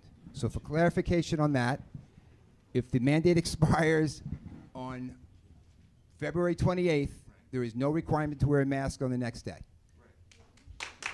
Now, I'm going to say this also because I want you to be educated what goes on. I regret, as a good trial lawyer always says, you got to know when to say one less thing. But just to make sure you know, that doesn't mean at some point in the future, world events may dictate us, and even Massapequa, to look at things that are going on and say, wait a minute, we have to put certain things in place. But we don't worry about the future. That's why we don't speak. We don't guarantee we'll do things for the future. We're not foolish enough to commit to something not having the facts in front of us. But as of now, as soon as that mandate expires, that becomes optional by law. Mrs. Stalter. Hi, Mary Beth Stalter. I am a resident and parent of 2 children, senior and someone who will be entering as a freshman next year. And I'm just here to express my concern about moving the health and writing lab to 9th grade. I've expressed this to Dr. Balakis and Mr. Reynes, and I am not satisfied with their answers. If it's about money, our children shouldn't be about money, as somebody else already expressed. I have a concern because moving health and writing lab means they only have 1 elective coming into the high school. You have a lot of children who want to do art and music, or science research and art, or 2 musics. So, forcing them to make that choice in 9th grade is not the way to start high school. And the option is to take a 10-period day. So now you're asking a 14-year-old to take 10 periods and only have off for lunch. It doesn't make sense to me. I think that the benefit of it is outweighed by, it's going to impact the music program, the art program, the science research program. It just really doesn't make sense to move it from 10th to 9th grade. So, thank you. Thank you for your comments.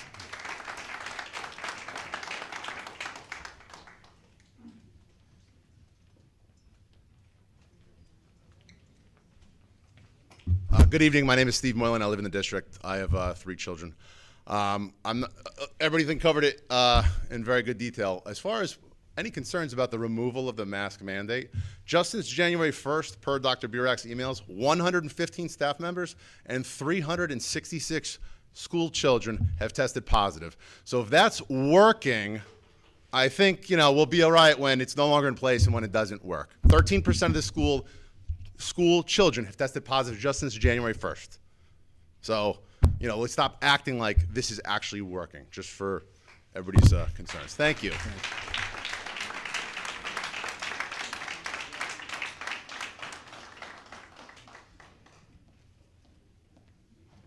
Hi, I'm Michael Graham. I'm a resident. I've got 2 kids at Waverly in 2nd grade. They're twins. One didn't get left back.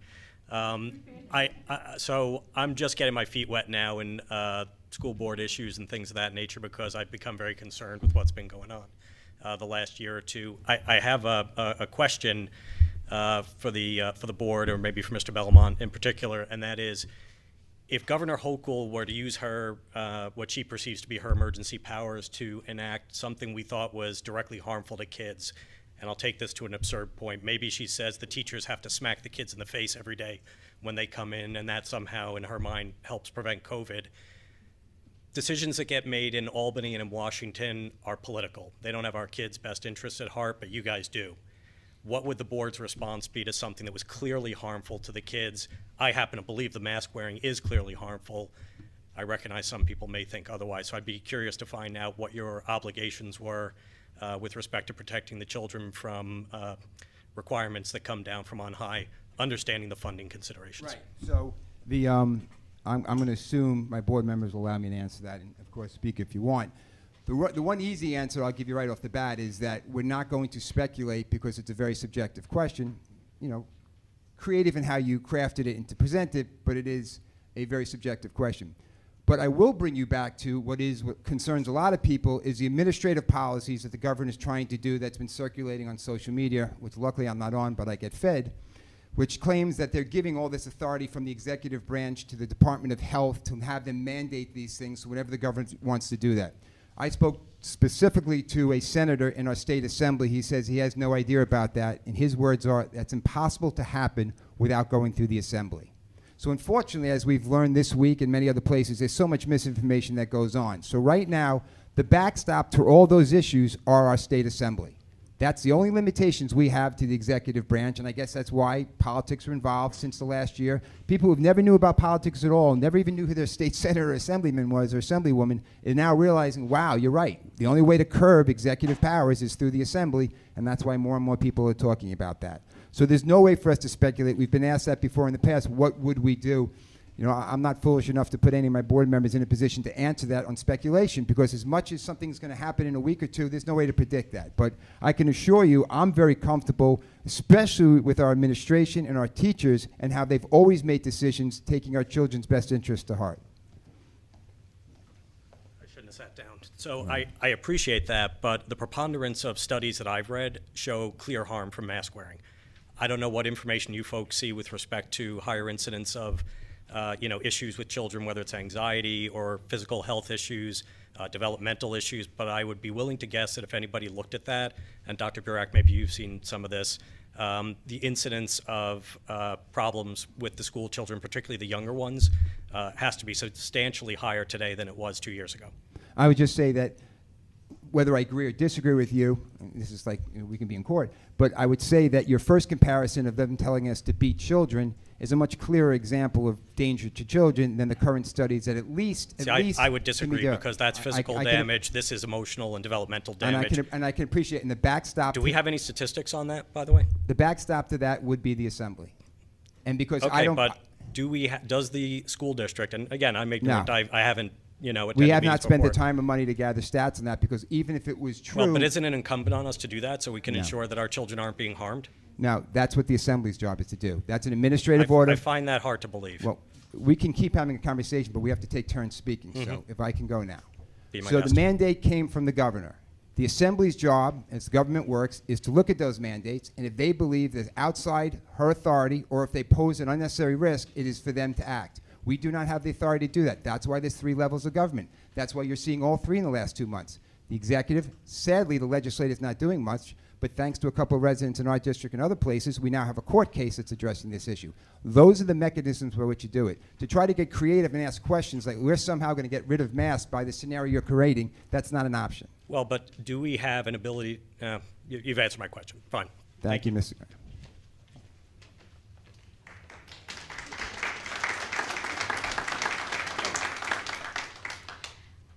Hello. I always have to lower this quite a bit. Hi, I'm Danielle Moylan. I have 3 boys, one in the kindergarten center right now. I last time came up here and spoke and said that, I have didn't expect to, and it's kind of the same thing happened again. I have something prepared, but really what Mike just said kind of struck a chord with me, this idea of the clearly harmful effects of the mask. And I'm going to talk more from a personal experience of myself and some of the other mothers I've talked to as well. So first, thank you for the opportunity to speak, and also, I'm here speaking again just to make sure that this continues to be a front and center issue. And I think there's a lot of people that have already done that. A lot has happened since last month's meeting. However, what continues not to happen is the true understanding of what these masks are doing to our children, which we can clearly see with us not having those statistics on those harms and those other effects that are going on. No one even asked the children what they think and what they're experiencing. It was so great to hear from the two children in their own words today. It was so brave of them, and it's really helpful to give that rounded view of what they're experiencing. I got upset last time I talked because I know some of the devastating impact of COVID very personally with my youngest, which turns 3 in April. He's severely speech delayed, likely because during the most critical months of learning to speak, all he saw was masks outside the home. He struggled to even say the simplest things like call for me and my husband, so no mama, no dada, for a very long time until he started to get early intervention services. This is a crushing reality many parents with children growing up during COVID are facing. I can't even get some of the early intervention services my son deserves because there simply are too many children needing help and not enough people to provide the services. I'm just about going through it right now with Lynbrook, which has been lovely, so I'm transitioning over to the special services. So I haven't had that issue yet, just want to be clear on that. I thought it was important for the board and the community to hear from children within the district and what they think of masks, because really no one has asked them or addressed the struggles they are facing. I'm not going to share the children's names because I don't want to embarrass them or have them feel scared of any kind of retaliation. All these children and parents were very brave to share with me their feelings, and I want to thank them again for doing that. So here we go. I'm just going to start reading them off. The masks make me feel claustrophobic and unable to breathe. Isn't breathing what keeps us alive? This makes no common sense at all, said a 6th grader. Looking at my friends all day in a mask is not letting me see what they're feeling. Are they happy? Are they sad? Also, I get very nauseous and have bad headaches every day, said a 3rd grader. Mommy, my mask is fogging up my glasses, said the little boy in pre-K. I can't breathe in it, and I think coronavirus should be over, said a 1st grader.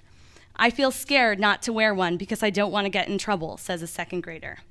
A senior said, the yearbook is asking what my favorite high school memory is. Are they kidding? I honestly don't have one. Anything that should have been a memory was taken away from us. A 5th grade boy said, these masks are suffocating and I don't want to wear them anymore, and they even make us wear it during gym. A kindergartner said, I really don't like these masks and I can't breathe anymore.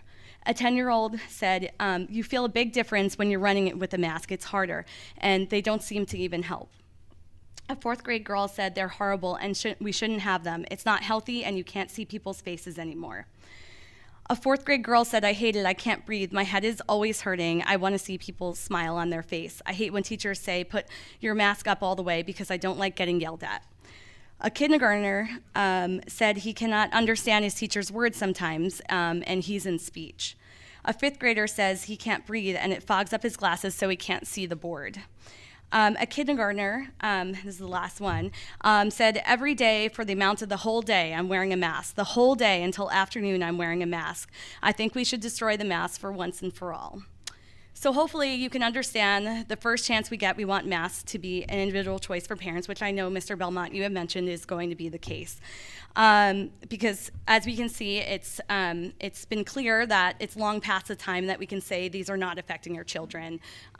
They see the effect, they know the effect, and I just think it's really important for you to hear that as well as the community, and this is just only a sampling. I'm a researcher, so it's not statistically significant or anything like that, but I think it's a helpful way to understand what some of these children are feeling. So, one, think about how much better you did now than last time. You're getting comfortable, which is going to make it much more. I don't know if that's a good thing or a bad thing. It's not good for me. It's probably good for you. But you did say something that again, thinking I maybe ended up saying too much, but I want to make sure that we at least point out certain things. So who knows what September is going to be and what the future is going to be. So we've heard so much about masks and where that came from, but I want to point something out that we never talk about, which is extremely upsetting to me. Ellen Marcus and I had sons that graduated here from 2 years ago. They lost their senior year in high school. They lost their freshman years in college. The U.S. Air Force had their graduation on a field 6 feet apart with masks on. We asked the governor to let us do that. He said no. I'll give a lot of craps out to Don Clavin. Don Clavin gave us Lido Beach, which ended up being, Mrs. Marcus and Dr. Burek, a pretty great graduation for those kids. So the theme here to please keep in mind, because my concern is that when March comes or February 28th and masks go away, everyone goes away. And then all of a sudden September comes again, and then we have all these other things, and everybody, what happened? How come this is all back? The reality is those decisions, all they're made, you know, we've heard that tonight, we've heard it every night. Those decisions are made in Albany. We do a great job with the local control on the things that we're allowed to handle. But I would use this opportunity because you made me think of it and what we went through, and I was so angry, as Mrs. Marcus always scolded me for calling him King Cuomo, because we had no decision making. Where other places were allowed to do whatever they want, he got school districts putting 30 people on a field. None of it made any sense. It wasn't logical. And we're seeing the same thing again. So my hope is that, because I'm not a bettor, but it seems pretty clear that in the next few weeks we're going to see the removal of the mask, whether it's the 28th or the 3rd. I can imagine that we're not being held over unless there's something unpredictable, and who knows what it will be. But you got to keep in mind, these battles that we go through as board members, this to you is a mask thing, and this is one part of what we do it. This is a battle we've been fighting since the beginning of COVID on a variety of issues. We talk about unfunded mandates all the time. $1 million+ a year that we spend on things where the government is telling some of the best administrators in the county how nobody knows fiscal like our district does. Nobody. Nobody's better than Burek and Lynch. Not a place in the state, but yet they're told how they're supposed to do those things. What I would ask for is we keep in mind that that local control may never really get to you as you want it, but you got to hope it at least gets to us, because through us, that's where you speak and have that opportunity. So hopefully that energy stays up, and when the masks go away, it typically happens, keep that energy up, keep looking to what happens in November, keep looking to who's going to give you the ability to have the things that you want, whatever side you may be on. But I've always been an advocate for people being the way they are. That's why this board sits here until hours of the night. We let people speak wherever their issues are. But just keep in mind, what we went through was ridiculous. It had nothing to do with masks at the time. That wasn't our biggest issue. It just didn't make sense to us. Just like the governor's saying to us now that we have all these things we have to do and it doesn't have matrix. If you had a job, you'd say to your boss, tell me what I need to do so I can get that raise. The 3 of us are football coaches. Kid asks us to get a position. We say, those are the things I need to see by the end of camp, and he has those things. They're very simple things we ask for. So my hope is that energy stays up and you continue with it. And again, great job with your speaking tonight. Thank you very much. And I just, oh, sorry, Marcus. I just wanted to jump on what you were saying with regard to graduation, because if you remember, my son wasn't at the graduation in Right. July, because he was already Well, he in was college. because they held up his picture. But Jake held up his picture. But let me just give credit to Lynbrook High School administration, because they did do something. They worked with what they had. They did something individual inside the gym. That was his graduation. It wasn't what we expected, but he went with it. The class of 2020, was a very resilient class, and this is stuff that, was new to everybody. And I have to give credit to the staff and the teachers at all the building levels, because they've been going with the flow and changing as time goes on and figuring things out. And it hasn't been easy for a lot of kids, but they're everyone's doing the best that they can. So we have to just realize that resiliency is a very important thing to learn, and our kids are learning that. Yes, I understand that, but with all due respect, hearing resiliency when you have a child at home that has very difficulty to speak, and also seeing the future of that for them when they go through the district, and that there might be a possibility that these masks can come back at any time. It is a very difficult thing to hear. So I totally get that, and I do think it's a good lesson. But I do also think that for the youngest, it's really heartbreaking. And my follow-up question was just to be, and I'm happy to help with this since it's something that is really passionate for me, is what is the district doing to prepare for the eventual possibility, because it's coming, of children my youngest age, who's going to be turning 3, there's going to be quite a lot of children that need services, that are going to need help. And I think that the district should start preparing themselves for what that looks like. And also preparing themselves for when we go mass optional. There's going to be a lot of kids, you know, obviously I'm very pro going mass with no mask for my children, but there's a lot of fear, especially for the younger ones, because they've gone and been trained so long to wear them. So I just want to put that up there, because I think that there's a lot of other things going on that we need to think about in terms of masking, no matter where you are on the spectrum of it. And I just wanted to make sure that that was clear to everybody. Thank you again. Mr. Belmont, with respect to the comment, the previous comment, and preparing for students with special needs, in our last budget workshop, a new program to provide support for certain students with special needs that are identified by the district in summer was introduced, as well as real efforts on the part of the district through the budgeting process to beef up the back-end infrastructure of special ed. Special ed in this district has grown tremendously in the last decade. And the number of kids we serve, the kind of issues we're addressing has grown tremendously. And throughout that, our back end, the people who support our special ed staff, has stayed the same. And so one of the things that we have really addressed, particularly last year, was overhauling that infrastructure so our new head of special education can meet the challenges. It's a challenge we know we're going to have. We know students with special needs, those needs are going to intensify. Students who weren't on our radar as students with special needs are going to now be part of our students with special needs community. I am the mother of a student with special needs. I know what the last couple of years have done to those students, and I may not speak at every single meeting, but I think about those kids more than anybody can know, and I am going to continue to dedicate that energy as long as it takes to get these kids through what has happened to them through no fault of their own over the past 2 years. But the district hears you, and the district is going to serve those kids to the best of their ability.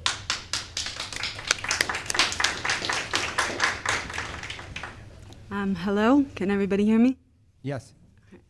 My name is Jean. I'm a new resident. I've only moved to Lynbrook in the last 2 years. I have a daughter in the high school who's also a special ed student. I just wanted to comment on a couple of things. One, I really hope that you save the trees. I live like 2 blocks away, and all of a sudden now I'm really worried. I come here from the city, so I kind of like the tree idea. So please really hear that guy out. The other thing was the political stuff with the sale to help out the fallen officers.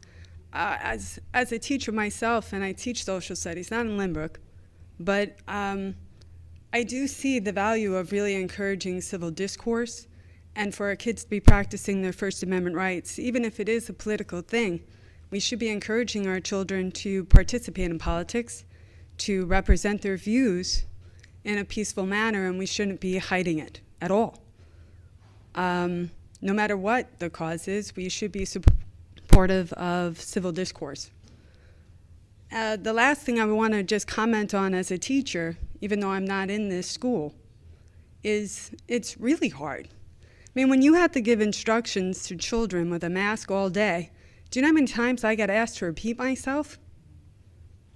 I don't even think a lot of teachers like saying to children, put your mask on, put your mask on, put your mask on. And if you think about how many minutes of instruction that takes away from my room. Plus the amount of communication you have with just your face and your body language. for me to be able to tell if there's something wrong with a kid or not, to be able to read their faces and for them to read mine is very, very important for instruction. Now, I understand that we have all this money. A lot of school districts have money to help out kids from coronavirus and to help them get back on track. I'm very curious to see in this school district what you're doing with that funding, because although I'm not against a writing workshop for freshmen, but I think you're going to need a lot of writing workshops because these kids are going to be behind, whether they're special ed or not. I'd also would love to see if you would consider the idea of reducing class size, because every single educational study that I've seen shows that that has amazing results on the impact of education, because having 30 kids in the room versus even 25 makes a huge difference to instruction. And I know that that's expensive, but maybe we have the money now to pull that off. And that's really all I just wanted to say was, would you just consider that type of educational initiative, save some trees, and encourage civil discourse? Thank you.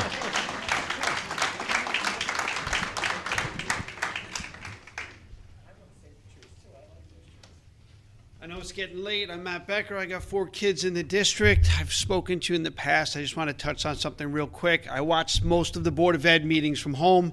Occasionally I come down. Dr. Burek, I want to commend you. A couple weeks ago, you stood up to the head of the union for the teachers, and you did an excellent job. It was very transparent, answered a lot of questions for us. A lot of times folks come up here just to complain. I want to commend you for that.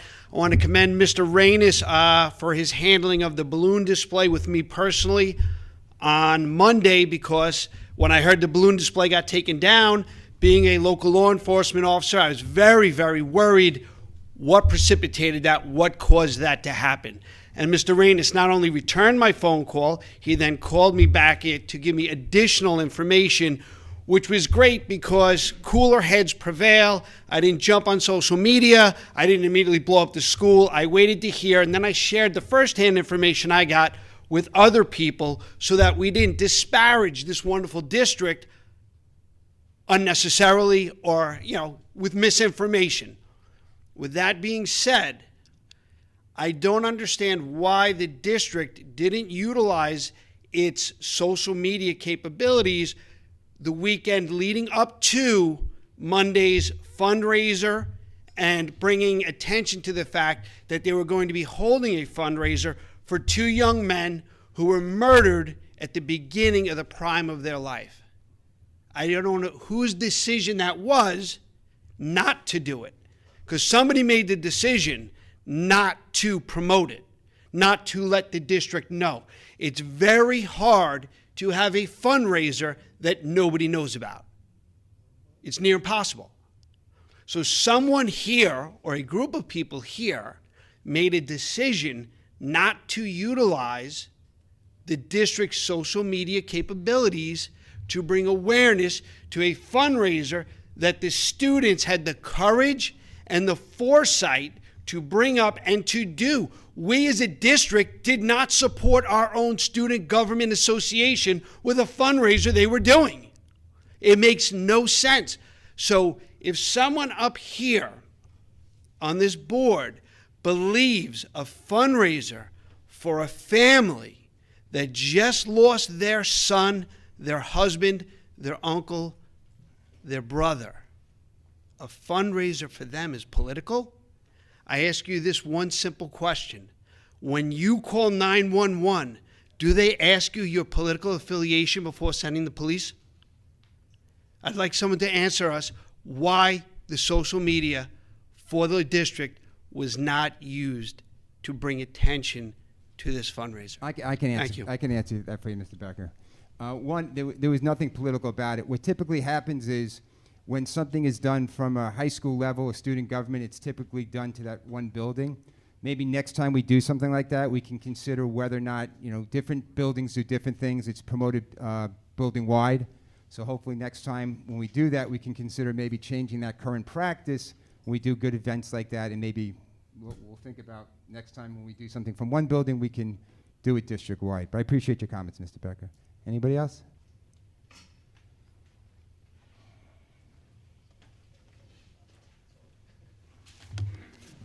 Good evening. My name is Tom Clancy. I am a district resident. I'd like to just address the gentleman from Massapequa's comment earlier.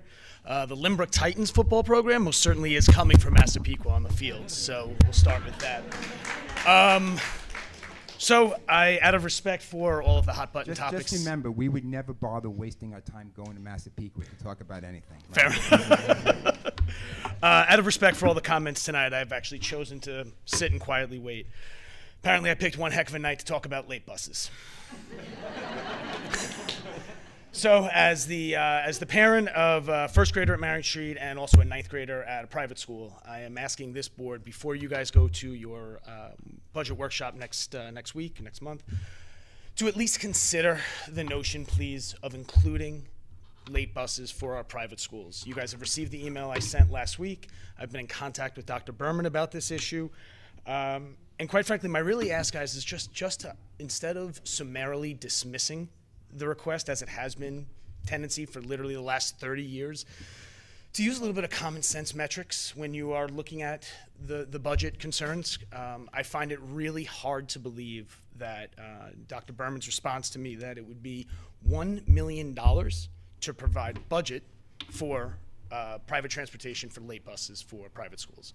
And I understand her stance that has to do with additional buses and routes throughout the district. There are 19 routes and I believe 35 buses that needed to be accounted for. I get the metrics. I literally poured through the independent auditor's report. I know the numbers. I know the math. I run a business. I am familiar with how budgets work. I'm just asking if you guys can please, a little common sense approach when we're looking at this. We're literally talking about, in reality, 3 schools. The 3, Chaminade, Kellenberg, and Sacred Heart. Those are really the 3 schools that we're asking for district-wide. The BOCES program does not have after-school programs. The special education schools do not have after-school programs that require a late bus. In fact, Lynbrook does technically offer a late bus for its district athletes. I know because my son played football for Lynbrook South, and I know that the kids from North got picked up at South and then drove back to Lynbrook North at 5:30, 6 o'clock every night after football. So I'm just asking, when you guys go to your budget review session, please, honestly, I know it's easy to say no, right? We're private school parents. We've chosen to take our kids out of the district. So I guess there's not much more that you guys need to do for us. I would argue that that's actually not true. It's a detriment to some of our kids. 3 weeks ago, my son had a choice to make. He's a freshman at Chaminade, as I said, and he had needed some help with geometry. And my wife and I both work. Normally our schedules are pretty flexible and we can get him home when we need to. This particular night, my schedule was late. My wife was in the city. She couldn't get him. And he couldn't go to extra help because we couldn't get him home. Now, could we have gotten him on a bus? Yeah, he could have gone through Hempstead and gone through the N32 back down. Okay, we weren't going to do that. He could have gone Long Island Railroad through Jamaica and back. Anyone that's been on the Long Island Railroad in the last year or two certainly will agree that I'm not sending my 14-year-old son alone on a Long Island Railroad bus. I'm just not doing it. And you guys have that opportunity. It's not just sports. It's not just athletics. It's volunteers, right? It's taking some of the things that are supposed to make these high school experiences so important for these kids. They don't have that. They have to make that choice. Should I stay after and volunteer? Should I go to extra help? Should I join the team? Should I do this? Or do I have to worry about getting home? And I know, guys, this has been brought up literally for 30 years. And 30 years it's been denied. I'm here asking you, as a Lynbrook High School alumni, as a product of Lynbrook, as someone that's proud to have come back and raised my family in Lynbrook, I'm asking you, please, when you guys go to think about it, the budget numbers are here. I know the money can be found. I've suggested piggybacking with East Rockaway or Hewlett or Malvern or Valley Stream or Rockville Center or any one of the other districts that are surrounding our town that have all found a way to provide late buses for our kids. And yet Lynbrook, this financially, fiscally solvent, as you said, there are not better fiduciary officers for a district in Nassau County. We can't figure out a way to get a couple of, whatever it's going to be, I'm not going to speculate on numbers, to get a late bus, even if it's shared, and a central drop-off point. Drop the kids off at the kindergarten center. Just get them back to town. That's it. My only ask, please, is that when you guys go for your budget session, just come into it with an open mind. Please do not summarily dismiss it, as has been typical done in the past. That's all I ask. Thank you, Mr. Cook.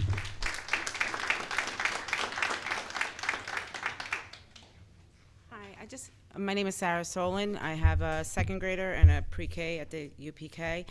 I just have a question. When my daughter was at KC, they had the busing that went to Marion. So the siblings could meet up with the kids at Marion and then get picked up together.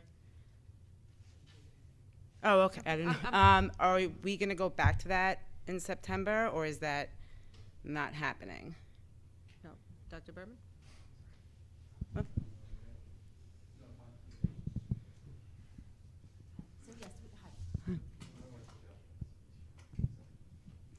So we did offer that program for the students. That's when we had the after-school program housed at the individual home schools. But as a result of some problems with getting the transportation, getting the children to those locations, the arrival of the buses was also timed with the other dismissal that was taking place at the buildings, coupled with the fact that we were looking to bring the actual after-school program to the kindergarten center to allow more children to participate and not limit the number of children that were at the home schools. Those are the reasons why we brought the program back to the kindergarten center and no longer offered it. So looking forward to the upcoming school year, at this time we're not looking to put the buses back at the home schools. So the program will stay at the kindergarten center for the after-school program, and the busing will remain as is. Okay, so like if my daughter's getting out of Marion at 3, I would have to go pick up my son at 2. Like he wouldn't be able. So 2:30 dismissal is. So he wouldn't be able to take the bus home. No, well, your kindergartner would be able to take the bus back to the regular home stop. Right, but I'm saying, like, I remember when my daughter, yeah, she would get out of the bus at 3:06, so it just wouldn't make sense. Like, it wouldn't make sense. So they're not doing that. No, you're gonna stay. All right. All right. Thank you.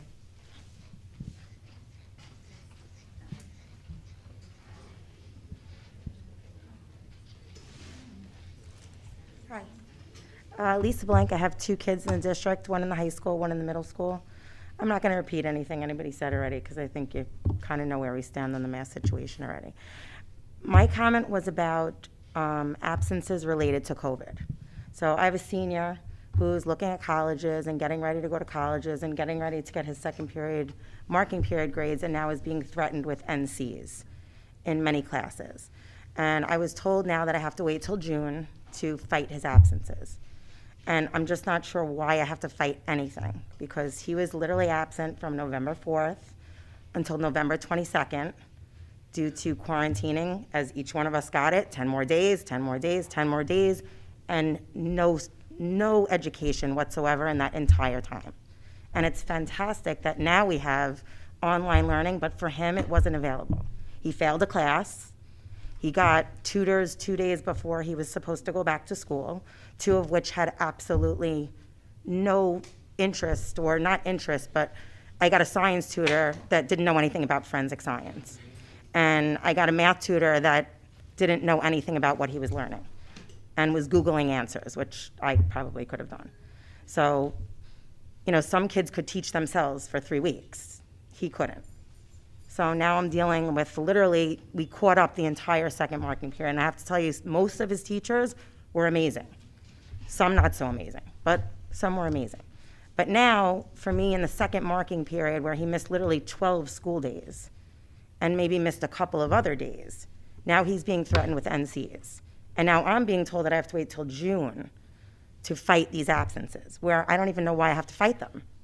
Because if he was offered online schooling, he'd have 5 absences in every class. Now he has 17. So I'm just wondering, is there something you can do as far as the superintendent or the board? Like, these kids have enough stress. I have enough stress trying to get them into schools, looking at, this is not like a phone call I needed to get. So I'm just wondering, for those kids who had to go through the 10 days before we were offered any kind of education, and they suffered a lot, especially 12 days of school. Is there something we could do for them now, so I don't have to wait till June, like 3 weeks before he's going to graduate high school, to fight his absences? So on normal, let me alleviate all your concerns right now. You don't have to worry about that. This is something that I do have control over. Good. So I have made it perfectly clear that because of the COVID absences, quarantines, and all of that, we are not going to hold that against our students. So I will, without a doubt, I will be overturning those NCs, and I will be offering the credit as long as the children pass the classes in order to do that. Our normal process is just that because they're year-long classes, this usually doesn't come up until toward the end of the school year. Right. So that's just the normal procedure. Right, he so just happens to so the have guidance 12. counselors are just informing you, and it's not a fight. Please don't look at it as a fight. No, it's I just just didn't wanna gathering be the worried about it in documentation. June. It's just Right. gathering the documentation. You just have to show the documentation. We do have a form. We have a procedure. Just supply all of that. You know, I tell the guidance counselors all the time, the earlier you have this for me, the better, because I have a funny So then we feeling don't I'll be have to wait writing a till lot of June letters. To do it. Okay. Can I Excuse me? do that now? Because I was told to wait Now till is the end kind of of the school early. year. Now is kind of early. Okay. Because to be perfectly transparent, if we do it now, what's to stop? There are some people who would say, you know, just don't go. You know, you've Right. already got cleared. You Right. know, we need the kids to be in school. So, Right. so we want to encourage the kids coming Right. to school I just for felt that. like he was kind of being So punished. you don't have for, to wait till you know. June. Do it, you know, late spring. Gather everything together, submit it, and we'll take care of Okay, it. and they will all be wiped away. Yes. Okay. Thank you.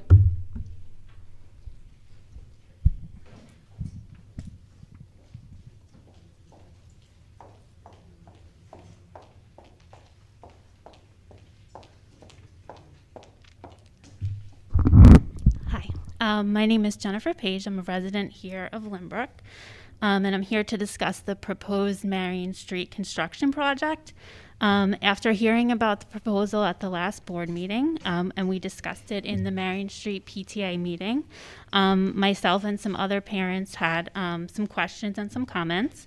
So we sent a letter to the board, and we appreciate you discussing them in your facilities meeting. And you know, we look forward to hopefully having some feedback about it and, you know, giving some input and comments. So my first question is, I'm wondering, how does Lynbrook handle the bidding process for new construction? Do you bid it out to multiple? So it's strictly regulated by New York State procurement law. Okay, that's what I assumed. So construction in particular is guided by something called Wick's law. Okay. So we follow a process where there has to be, the plans are picked up by firms. We release a public bidding notice in a newspaper.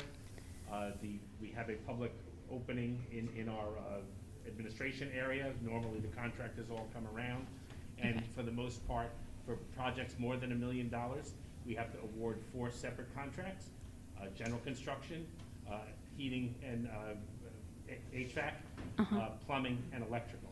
So less than $1 million, we can do it with one prime. So it's a highly regulated process. So in particular to the first stage, the planning phase that the architectural firm is contracted to bid on, are there multiple design firms, architectural firms that bid? So we use a single architect, so that's a professional service that we put a request for proposal out a few years ago. We've been very happy with their performance, so that is we continue to use that firm. So is there a reason why we continue to use just the one firm and not have any competition from other architectural firms, is what I'm asking. As a professional service, I think this board and this administration We is went out this extremely. week. We're going out. We're doing our professional services this year. All of our professional services this year anyway.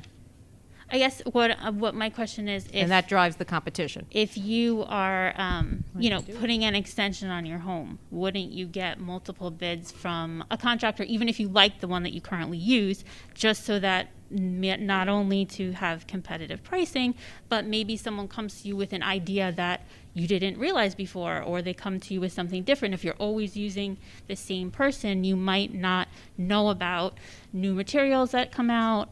You know, there's other neighboring schools that have just redone their turf, or they've Right, just redone but their that's why cafeteria, so- periodically we do this. So this year, we're actually putting all of our professional services out for request for proposal. So that is driving the competition, and we'll have multiple architectural firms bid, and then the administration will make a recommendation to the board as to who to award the proposal to.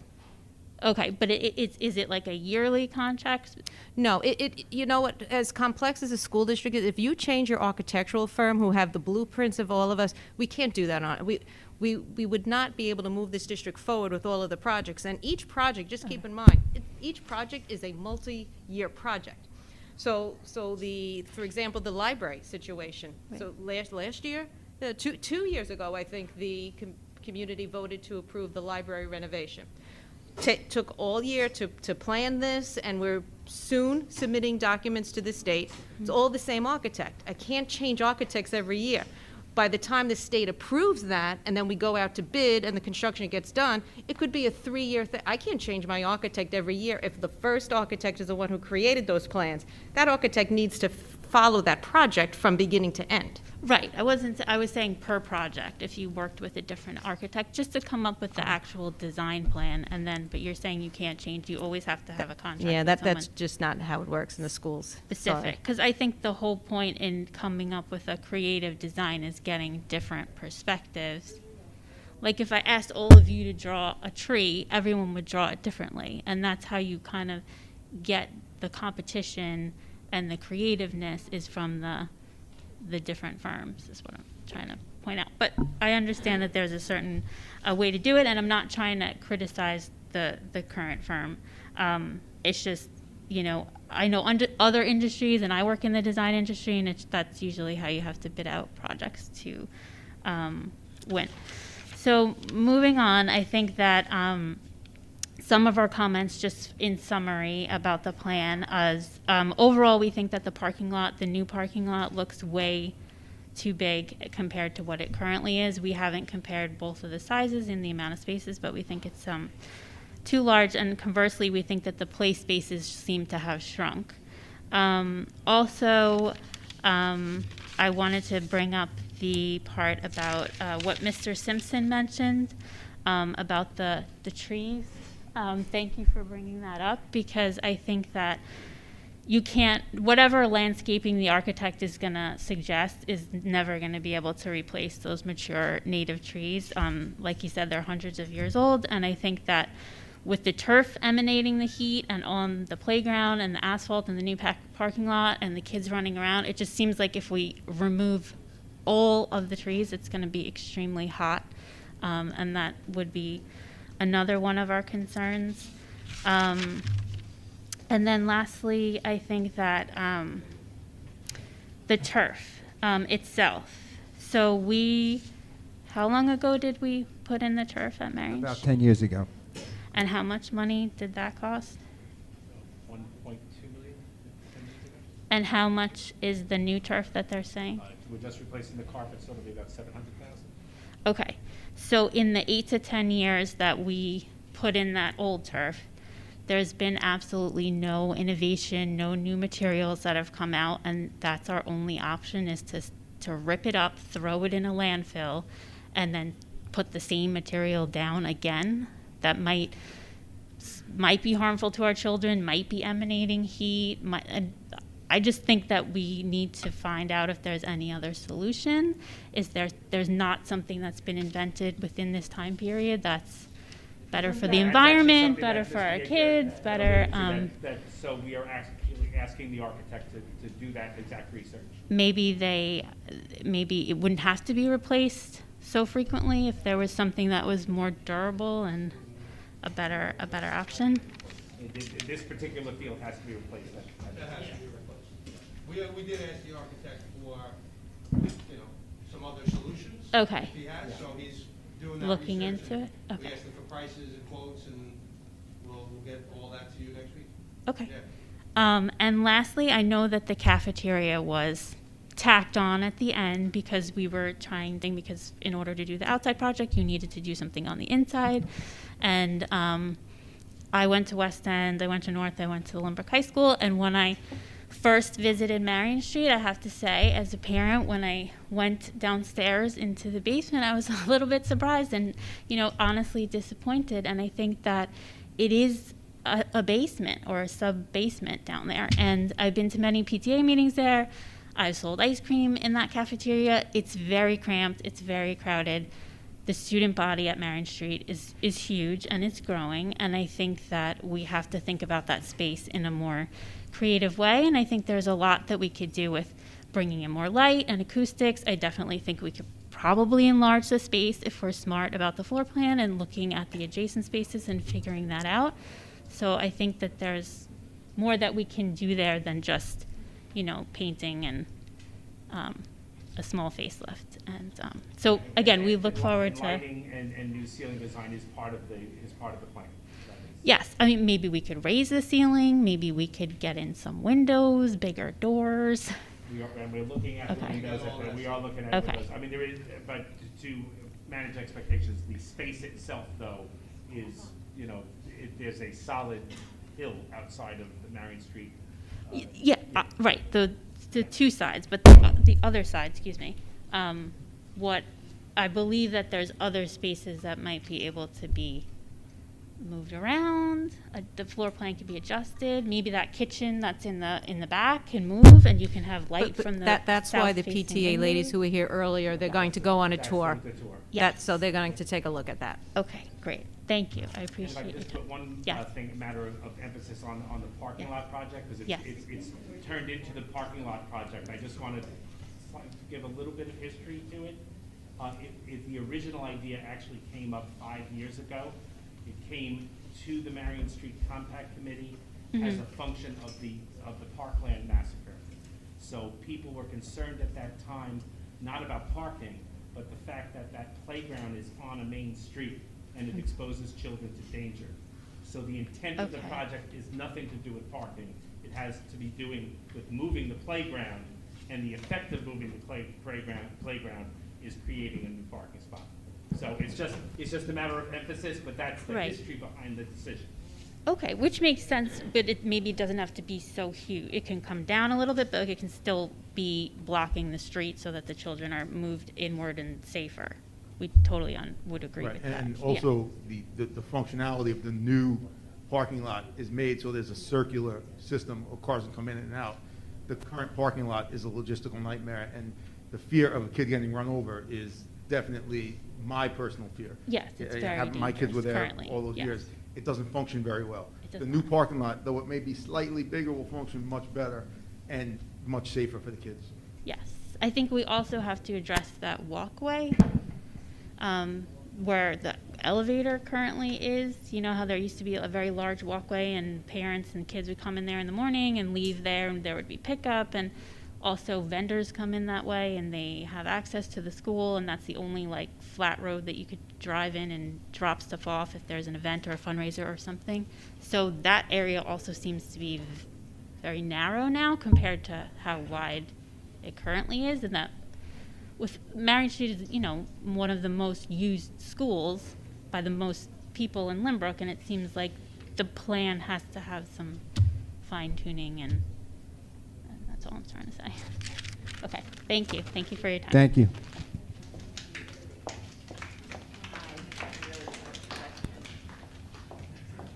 My butt's killing me from sitting so long. I'm sorry. My name is Donna Ferrara. My grandchildren live here in Lynbrook, and it's a beautiful town. I just love the community. It's very beautiful. I work in the medical field, and there's a law that we have to follow, and believe it or not, at 18, you know, you're all considered an adult, and then between the ages of 12 and 17, our patients have the right to exempt their parents from any medical information or knowledge. I'm not here to decide up or down. I'm not arguing. I'm just bringing it out to your attention. And I've just been told that nurses can now give vaccines in school. I don't know when it's going to happen. I don't know how true it is. I'm just want to have a conversation. So I know they have to have consent. So what I've learned in the last few years that children that are 12 don't need their parents' consent. So I just want to bring it out to you that if it comes down the pipeline, if you know about it a little bit, about bringing vaccines into your schools and administering to children, which I'm not against or for. That's not the point of why I'm saying this. I just think yourselves and the parents need to know. I don't know if it's just the medical world or is it the state laws that children between 12 and 17 could not have their parents have any say whatsoever. They cannot go into their files. I don't know if it's happening in your schools now. I just wanted to bring it to your attention. It's coming down the pipelines that nurses can vaccine children. And it's not about pros or cons about vaccine. It's none of that. I'm just talking as a parent, and if the child goes to school and signs a consent form, I'm just think that you all should just, think about that legally and medically and inform the parents of their school and yourselves. Okay, just wanted to know. So let me just ease you. Oh. I'm not even looking for applause. I just want everyone to be aware. Emails about That's all. But we're not requiring the nurses to do that. Right. So Yeah. you could go and then I'll clarify. Yeah. So I just want to ease your mind. We are not going to be requiring our nurses to do vaccinations.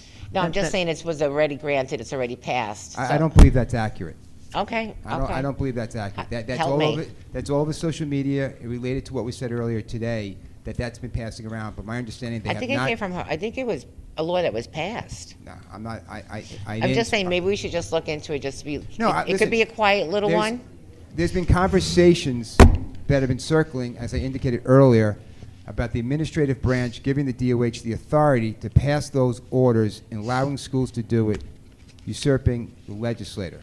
As my understanding is, when I spoke to the state senator, that is not accurate from what they said. So as of now, but listen, in the world I live in, I think any information is a lead generator. Trust but verify. So any information's out there is us. But as of now, I don't want. This is a public meeting. This is taped and recorded. I have no knowledge. Our attorney has no knowledge. HIPAA is involved with that. I have no knowledge. Exactly. One, Lynbrook's not even close to being involved in doing that. And two, I have no knowledge that law has actually been passed. But I do appreciate you bringing us to the attention just that thought at I- least there's conversation about it. So thank So you for just that. keep your ears open. Yes, All right. absolutely. Thank you. Appreciate that. Okay.